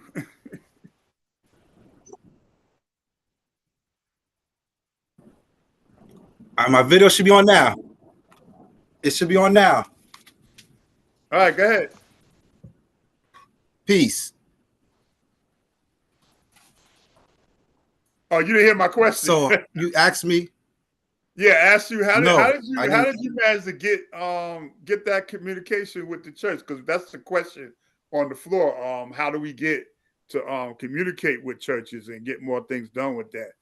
And before you do that, Suzanne, I'm going to circle back to you after I get through this crowd a little bit, because you had about 15 minutes, and we don't want no monopolization here. Go ahead, Tafiq. Peace. So how we was able to gain access to the church, the Mother AME Church, was through not just interfaith theory, but actual organic interfaith practice or liberation practice. Me being a student of the Universal Zulu Nation, and also the Young Lords and the Black Panthers by via Uncle Shep and Uncle Bullwhip and Uncle Tyreek, I was able to exercise connections through my Masonic family. So I was also very active in the Prince Hall Freemasonic Lodge of New York, and one of the pastors of our our prestigious lodge, which is Boyer Lodge number 1, is also a pastor of Mother AME Church. And we were able to connect with the Christian Muslim connection and put everything together, and we was able to have this Black History Month event there. And as of course, as you know, that was also a place of reference because that was also an underground railroad station where Harriet Tubman passed through, as well as Frederick Douglass actually sat at. Okay. I hope that helps a little bit, Tag. Brother Ship, there's a question / statement in the live stream chat. You want me to Yes. read that now? Yes, please do. Okay. So I won't mention the person's name because they didn't. I don't know that they want their name mentioned, but the question / statement was, what do we think we still need to do to get more bodies watching these very key programs? I just wish we had many hundreds tuning in, even just a church body tuning in together. I will do my best to talk more to my church community and even other church communities. My answer to that would be, again, the main purpose of this 3-day conference was to bring as many people as we could bring together and come up with ideas and suggestions so we can move forward to so that the next time we do a conference in this matter, that we will have 10, 15,000 people involved in it, because it'll be based on the work that we've done moving forward from today. So I know you didn't want to mention the person's name, but if they get in touch with our Interfaith committee, and I don't know if we have that link been put in the chat or not for the campaign, to reach out to one of the coordinators, Pastor Keith. But we're looking for folks to get involved. And so the more people that have attended this 3-day conference that really want to work with us and with the campaign and with PLM, get in touch. We have regular meetings. We have events such as this, and invite everybody to come out tomorrow for Kamau's birthday. And even before that, well, actually it's going to be in person, but get involved. We have the information in the chats. I don't know who that was, but tell them to get in touch. So yeah, the person just said I could share their name. Is Sophia Williams, and she said, "Okay, copy, Brother Shep." So okay, Sophia's already involved. Yeah, she's already more than involved. Yep. Shout out to Sophia. That question could go for a lot of people that aren't asking questions right now, or might have that on their mind. But we're all family here, y'all. Y'all can talk. Y'all can get involved in this conversation. And shout out and salute to Sophia Williams. Okay. Right. We're supposed to end this at 9:00, so we have a little over, what do we got? 30. Yeah, we got about a good 50 minutes left, I believe. Floor is open. Well, we got all you brilliant people here. I know y'all got ideas and comments. Jordan. Susan Ross was on stack. No, Suzanne's gonna have to wait. Go ahead, okay. Jordan. Okay, one moment. Let me unmute Jordan.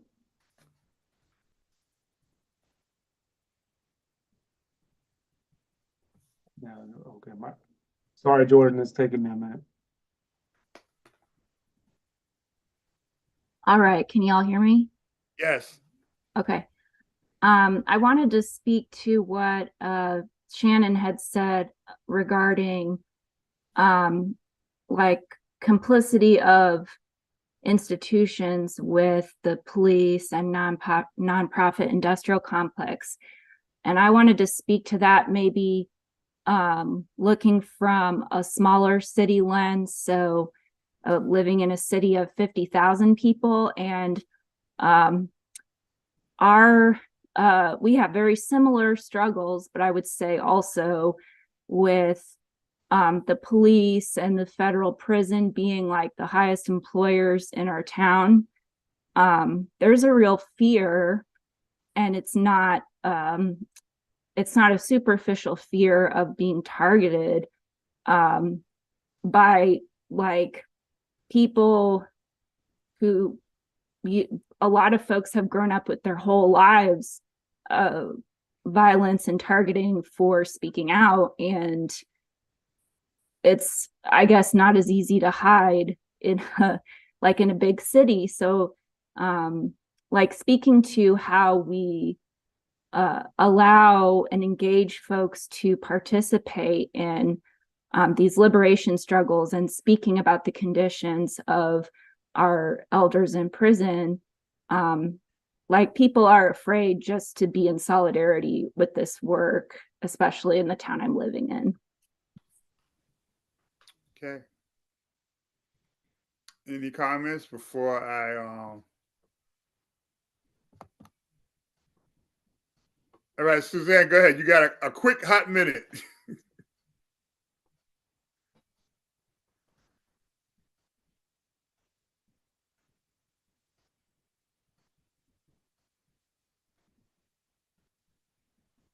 Suzanne Ross?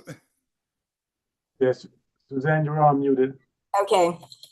So I wrote, I'm sorry I took so long. I didn't realize I had taken 15 minutes before. My apologies, but I did write a response. No, you don't have to apologize. Nobody else was chiming in, so I'll let you go on. Okay. Go ahead. So, but I wrote in the chat that it is complicated. I didn't mean to make it sound like it was easy. And as I wrote in the chat, Riverside Church, for example, moved way to the right after we had that huge event. Maybe some people thought that that event did it, you know, really scared them that we had gotten so much play. So it's not like we get immediately accepted. Sister Shannon was absolutely right. There's a lot of resistance and so on. But our job is to figure out, for example, one of the things that happens, a lot of these churches do charity work. And if you work with them on their charity projects, for example, Riverside sends toys to the women's prison Christmas time. So if you get involved in some of that charity work, which was certainly not my priority, but it gives you an entree. So there are many, many skills that people on this conference have shown. The people who have worked in the prisons blew my mind listening to what they've done. They reminded me of the book that Mumia wrote on jailhouse lawyers, the amount of the grassroots work that's done within prisons. So complicated, but I think it's worth the try and worth the successes, and obviously we're going to get failures as well. That's it. Thank you. Before I go to Shannon, who spoke already, Keyshawn, I see you have something in the chat. And we would appreciate if you could come on and speak about it.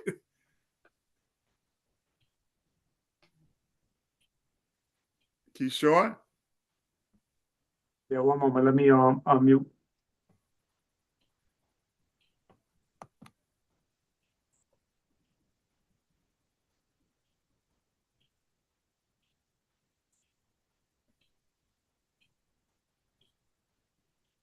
I asked them to unmute.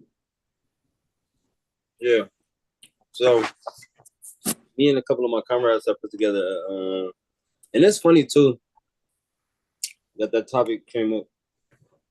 But you know, me and my comrades have put together a self-defense program a year and a half ago, and I was trying to figure out where to do it, because in my theory, I just always felt like, you know, if you're doing any kind of community work, you should connect it to a neighborhood. And so this church is in a neighborhood, and it got like a wide, like big open space. I'm like, that'd be the best place to do it. I mean, it's pistachio, no doubt. That'd be the best place to do it, because I'm like, the church got mad people, and for real, this church is not really super connected to the neighborhood, but it's a wide open space that we could show value to the church, that we got people coming and, you know, being a part of this. You know, we had a couple amateur boxers, you know, from around the way, and they was a part of the program for free. We loaded the box truck up with, like, you know, punching bags. At that time, I was renting a box truck. We was loading it up with you know, little equipment, pads, all that. And we already had everything we already needed. So I went to the man and I just asked him for, like, the space. And really, I was just showing value of, like, I don't need anything but just this here. And then in due time, the man who actually, you know, who was the guy who I spoke to, he was coming out there with like with a face mask on, and like he was disguising himself, and I didn't know it was him. And so I got him on videotape doing it. And so I would call him up. He would never really come out, because we would do this on Saturdays, and so that wouldn't be a day that he would be around the church. So he let me use that space and everything like that or whatever. But over time, just understanding who he was, he was dealing with certain council people, and then I was going and being on certain campaigns in the city. That was kind of like a participatory budgeting campaign. I was on a participatory budgeting campaign at the time, and certain people that's his supporters through the church, directly, he didn't want to be seen. He didn't really want to be seen with me and stuff like that or whatever, but he was cool with, the space being used and all of that. But then he also came behind me and tried to, censor. So that just gave me a better outlook on like, just knowing the certain nuances that it takes to deal with certain people who are tied to certain faith-based organizations, because they do have resources. But it's like it made me be more Machiavellian with dealing with a lot of people who are really more societal and just thinking of that way to just get the work done. You know what I mean? Not trying to change anybody's point of view or nothing like that, but just dealing with them at where they at. You know what I mean? And I think over time, I never thought about this here. You know what I mean? I never thought about having them, get into helping freedom fighters come home. You know what I mean? So that's something new to think about, and that's a new thing for me to try to initiate into my thing. So I most definitely had that on my mind, but because that is something that I did work on in the past and did have set up and did actually and want to, because I want to get into speaking at churches and everything, like how things used to be. Not, I don't want to say used to be, but that used to be like a setting.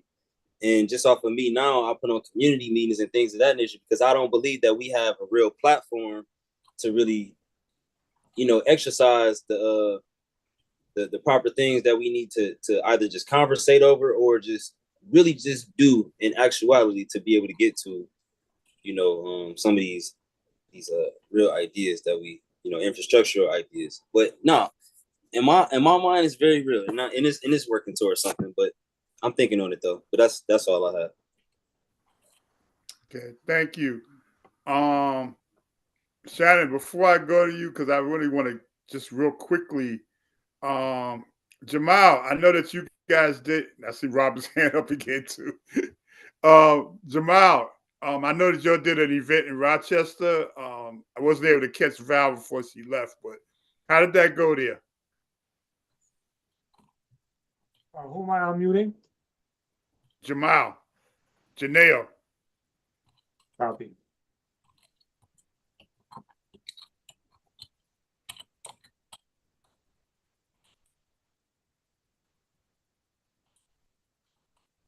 Yeah, I've asked them to unmute. Okay.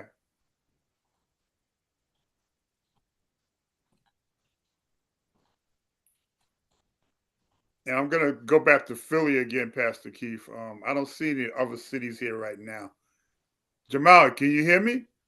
You should be unmuted, but you got to unmute to speak. Just want to get an idea of what happened in Rochester. Did y'all do it? How'd the letter writing go? What happened yesterday? Then I'll come back to Shannon.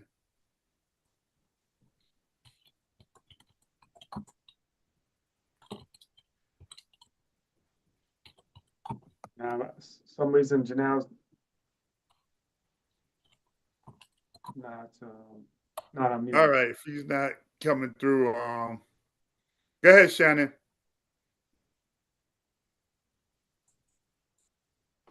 Okay, let me cut the vids back on.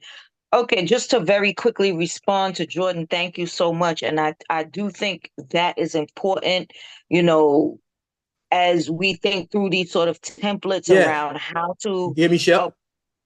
Yeah, hold on. Hold on. Jamal, you got. Can you hear me? Yeah, but hold on. Go ahead, Shannon. as we think through these sort of templates around how to approach spiritual and religious institutions around doing liberation work, I just wanted to acknowledge what Jordan is talking about around how it's going to look differently in different cities based on the population, right?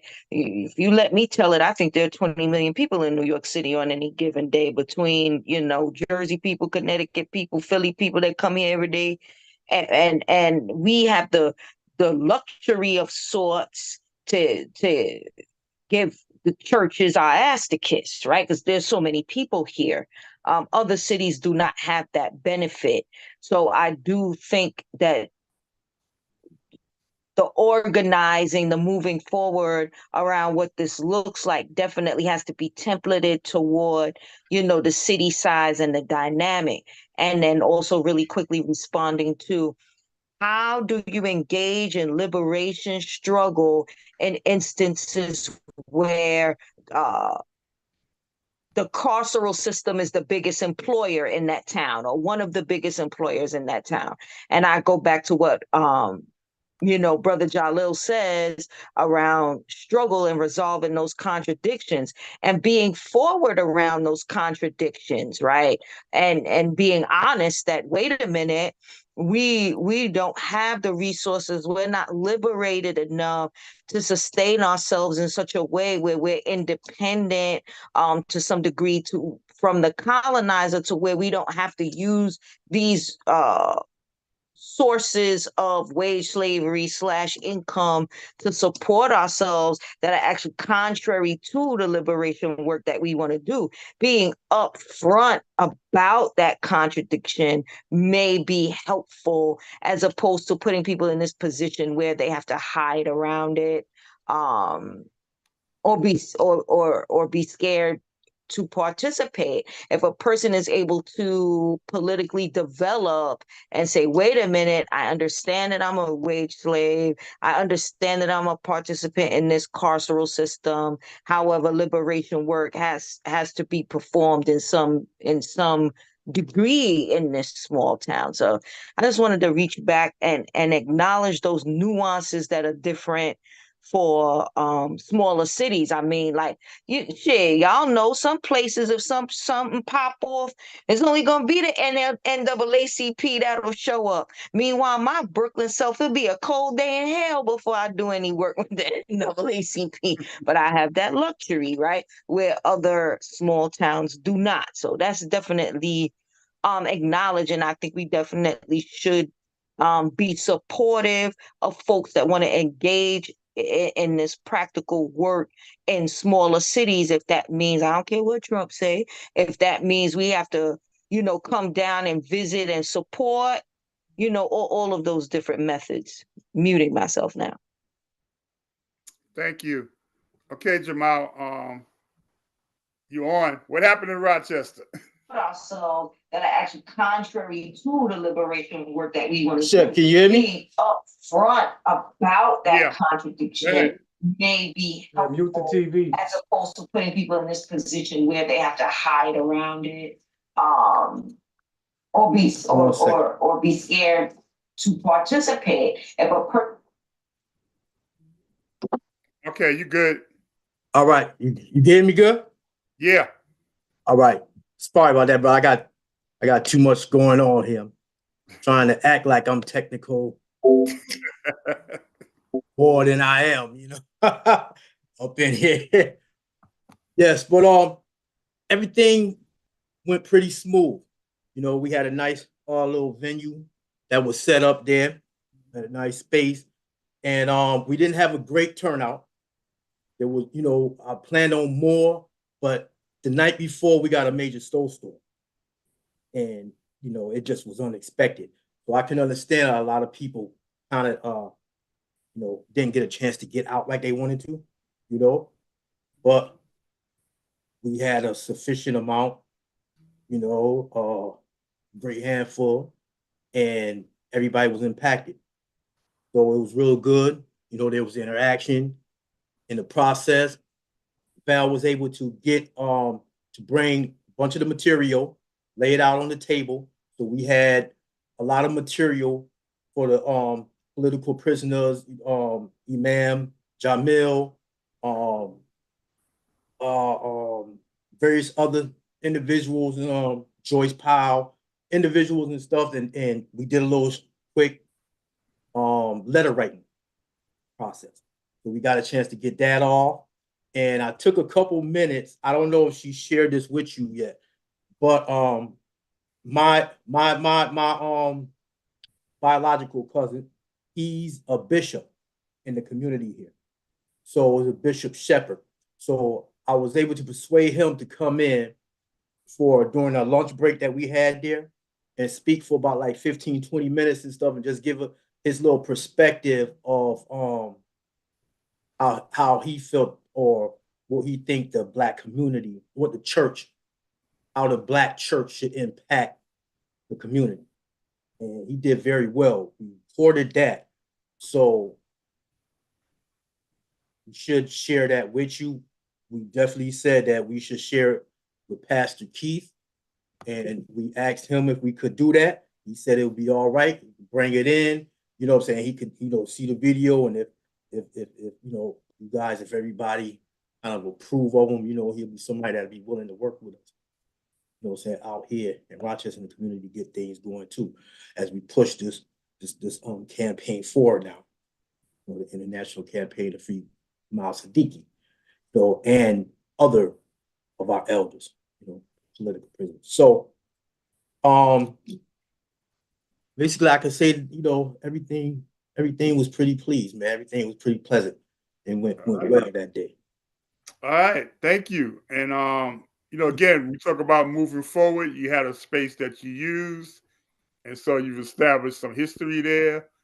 And we had snow too in New York, so that presented a little problem with us.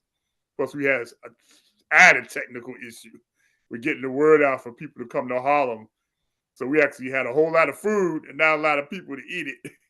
That's another thing too, Chuck. We kind of had a problem about getting the flyer at the last minute. So, I was sending out flyer, the promo that you had made up and everything and stuff like that, but I had to do extra text into it to the local location and everything and stuff. But it worked out for the emergency situation.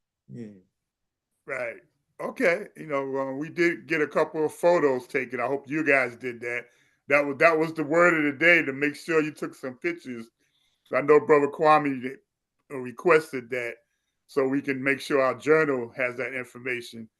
And yes, we do have a journal for Prison Lives Matter, y'all. So all you that write, edit, and do all those things, get in touch.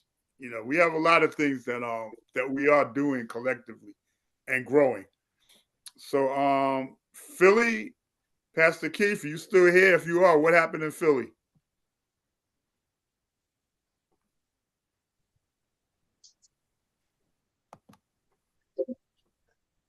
Okay. Can you see me, Brother Shep?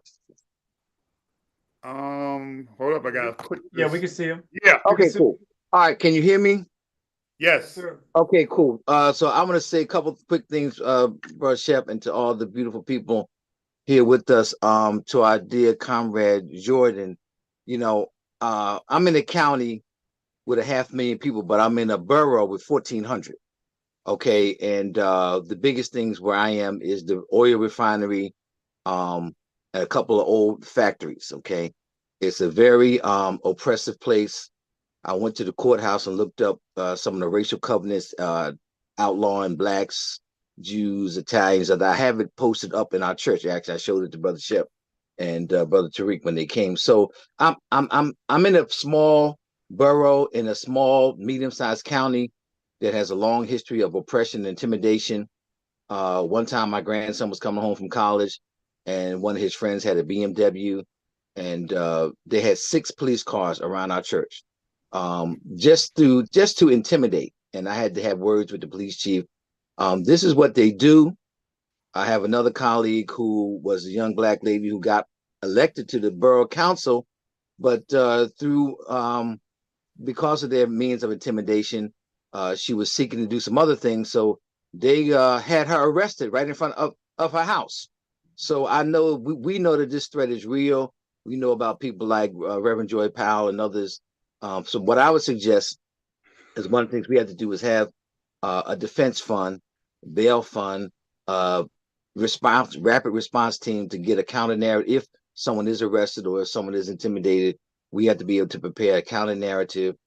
We have to have bail money. These are realities. I know the great work that you're doing with the center, but in addition to that, because we're in these particular spaces where intimidation is real, we have to be prepared for war, as they say, in a time of peace. So that's something that we're doing. Is we always, we started a community bail fund at our ministry, and we're getting gamed up on how to create counter narratives and how to respond to intimidation from the authorities and from the police. And even if one of our comrades is arrested, what do we do so that their narrative is not the only narrative? But as far as what we did here, Brother Shep, we didn't have any technical problems. Thank goodness for that.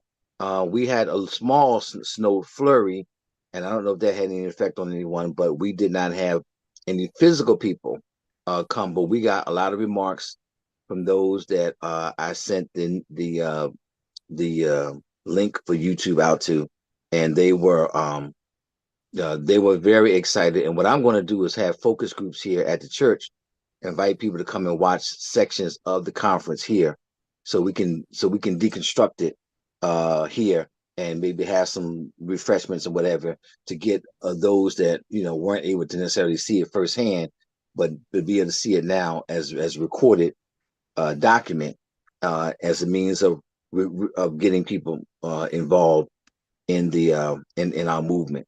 So that's one of the things that we're going to do right now is begin to share it. I'm going to invite faith leaders and just people that are from the community in general to come to watch it in smaller segments. Okay, thank you, Pastor Keith. And we have about 15 minutes left before we close out. And if folks look in the chat, I just put my email in. Okay, I just put my email in the chat. If people have events coming up, I see a number of them that were put in the chat. Hit me up with them. If you have a flyer, definitely send that, and we'll send it out to the network. For folks who don't know, our network, our email network under Panther Shepcat is over 8,000 people. Activists, community organizers, revolutionaries, people that use culture as a weapon, musicians and artists, and they'll get that information. So, but you got to send it, and don't send it at the last minute. A lot of times I get stuff like the day of, oh, we have a webinar tonight, and it's like, that's too late. If I can get things at least 2 weeks ahead of time, but if it's something that really just came up a week ahead, that works, so we can get that out. So that's over 8,000 folks across the world that would get that information. In addition to that, once I have time with my Facebook, I have close to 4,000 friends on that.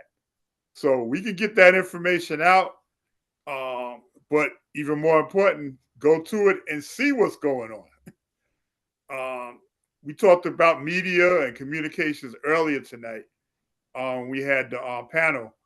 And yes, we have to develop our own alternatives to communication and information. Information is intelligence. When you have intelligence, you will be able to effectively, hopefully, save the life of yourself, your families, and all your loved ones, because it's going to get serious out here, y'all. All right. I heard you, Ryan, but again, I see a hand up of someone who has not spoken. And Robin spoke twice already. So I'm going to go to Brother Lumumba. Peace. Greetings. I'm glad to be a part of this conference. Excellent program, excellent organizing. Also want to, just commend you on an excellent job. So great work. You continue to, inspire and motivate me to do, just better and greater works within the liberation struggle movement. And so, I just want to thank you for, that great example. With that being said, I do want to say I would like to invite you and all the brothers on the line now to participate if you could. I have a men's group that I'm developing here in Philadelphia called the Mighty Miotic Men of Violent Action Network. And I would love to have other examples of, just great Black men and some of the works that they do, just be able to share that with the brothers and continue to encourage us and just give us allow us to have a greater direction and instruction from the elders and some of the some premier older organizations and when it comes to the African liberation struggle organizing and institution building. And so I want to thank everyone that's on the call as well, for all the hard work that you all do. And again, just looking at other examples, it's just a great inspiration. And so I want to thank you all as well. Thank you, Brother Lumumba. And, we've had the privilege of meeting at events at the United Nations and also at Pastor Keith's church. And, I see your stuff coming through. Matter of fact, you're one of the folks I'm talking about. I'll get that information about a meeting. I don't have time to really get it out. I might have just gotten it. So yes, sir. once you put together, if you could put together a schedule, for instance, with our Interfaith committee, they meet every other Sunday. So we know in advance when they're going to be meeting and we can put that out on a regular basis. Yes, sir. Whatever schedule you come up with, that would help in terms of if you have a flyer developed, we can throw that flyer up and tell people, well, that your men's group is meeting on these 3 days for the next 3 months, something like that for that level. Yes, sir. But I know there's a Yes, lot sir. of brothers here right now on this call or, right here, right now that do a lot of great work. So we put those minds together and we can come up with some solutions to what we do. Yes, sir. Absolutely. So we do have a schedule now set. It's bi-weekly, so it's every other Monday, and it is it is tomorrow. And I do have to get better, getting information out there earlier as well. But it is ongoing. It's bi-weekly. Like I said, it's every other Monday. It's the same link that we're using for the duration, and so it's going to be ongoing until we get freedom. So. What time does it start? So it starts at 9/11. Okay, so that's tomorrow, and it's going to be 2 weeks following. So that starts at 9/11, and try to cap it off at 11/11. Okay, that actually doesn't conflict with our Kamau meetings because they start at 7, and we try to end them up. So that actually will work out. So get me a good, nice flyer. Yes, sir. And of course, tomorrow we have our event for Kamau going all the way to 10 o'clock. Right. So. But moving forward, get that information. That goes to everybody else here. Send us your information so we can get it out. Yes, sir. And I might just, as far as the event for tomorrow, that Zoom or that live, I might just have the brothers just tap in on that, and we can just build on that. Yeah, that would be beautiful. It's not going to be a whole lot of, there's going to be some talking, but we got, again, it's a love-a-thon. There's the flyer again. And we actually put a call out for folks to send in their 10 favorite love songs. And we got like close to a little over 100. And then we got people who were late, so we weren't able to look at their songs because they didn't send them in a timely manner. But we had Brother Spirit Child put together a playlist, and we're going to have some of Kamau's family members speak, and poetry, music, and it's a fundraiser. We want to make sure, and this is important, We need to begin to have funds for when our people come home. I'm going to say that again. We need to have funds for when our people come home. We fight to have them liberated, particularly our elders. And once they come home, they have those needs. There's no 401ks. There's no pension plans for revolutionaries. A lot of them won't have medical coverage. Social Security, if you're locked up for 40 years, that means you weren't working for 40 years. So there is no Social Security benefits. So we have to look at all those things in terms of our captive freedom fighters, and they sacrifice, so we need to sacrifice. And I thank those of you who gave me acknowledgement for work that I do or have done, but it's nothing in comparison to the sacrifices that they have done. And I use them as my inspiration. If I get tired and say, damn, I don't feel like doing this, I think about Leonard Peltier or Veronza Bowers or Mumia Abu-Jamal or Kamau Sadiki. We just run down the names and the time that they have to deal with being locked up in those cells and not with their families. And so my sacrifice is nothing compared to theirs. And we need to acknowledge that and support them. And that said, we have 10 minutes left. We're going to stop about 3 minutes before we end for a closing prayer. And again, my email is in that chat. Make sure you write it down, hit me up, and I'll put you in the network so you can get information. Okay, who is up? We got anybody, Brian, besides Brother Shep, just so you know, I got 8:55 on my clock. Oh, okay. Yeah. Yeah, I do too. All right. So Robert. Okay, let me unmute Robert. And you gotta be quick, bro. It's 3 times for you.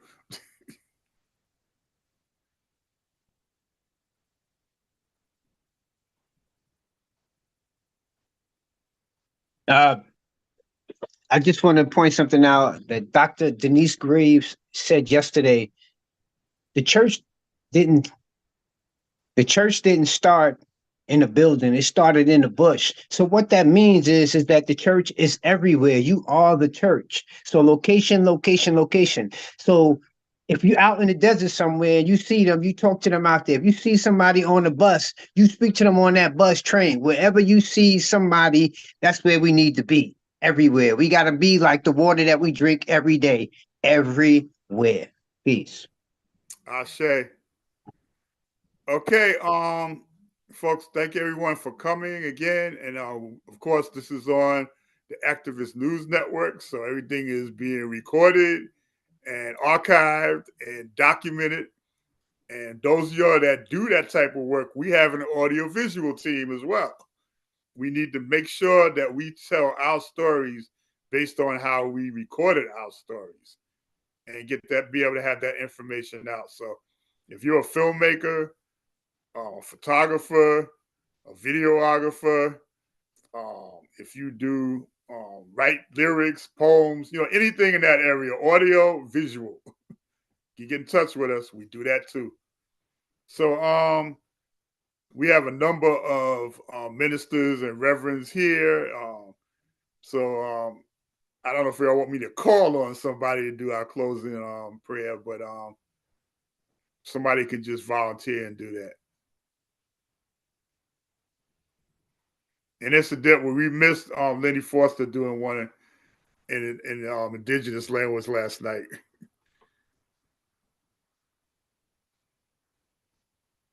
Janelle, is that you? You want to do it? Or you just applauding?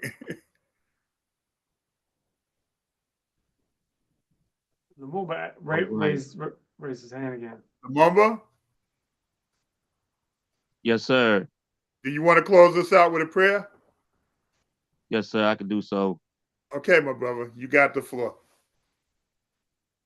All right. Just want to give thanks to the Most High, the Almighty, the all loving, the all eternal, the all omnipotent, the most benevolent. I want to give thanks to the creator, creatress, the oneness, the I am, the I and I. I want to give thanks to the ancestors and the elders, those who have shed blood, sweat, and tears and has paved the way to allow us to be here today. Want to give thanks to all of our great and mighty warriors, our ancestors, those scholars, those inventors, those innovators, those freedom fighters, those heroes, those superheroes and sheroes. And that we may continue in their work, in their mission, in their spirits, and carry on the mantle of that work as we move forward towards victory and freedom in totality, irrevocably. And with that, I want to say, Umoja Tutashinda. Together, we will win. Give thanks. Amen. Ashe, ashe, ashe. So, folks, I hope to see you all tomorrow night. Make sure you register to be in for Kamau Sadiki's 71st birthday love-a-thon. And on that note, we're going to close as we do all of our meetings and functions by saying, what's the call? Free them all. Free them all. Y'all can all unmute. We're going to do that again. Everybody unmute. Oh, hold on one second. All right. Free them all. Free them all. Free them all. Free them all. Free them all. Free them all. Free them all. Free the land. Free them all. Free them all.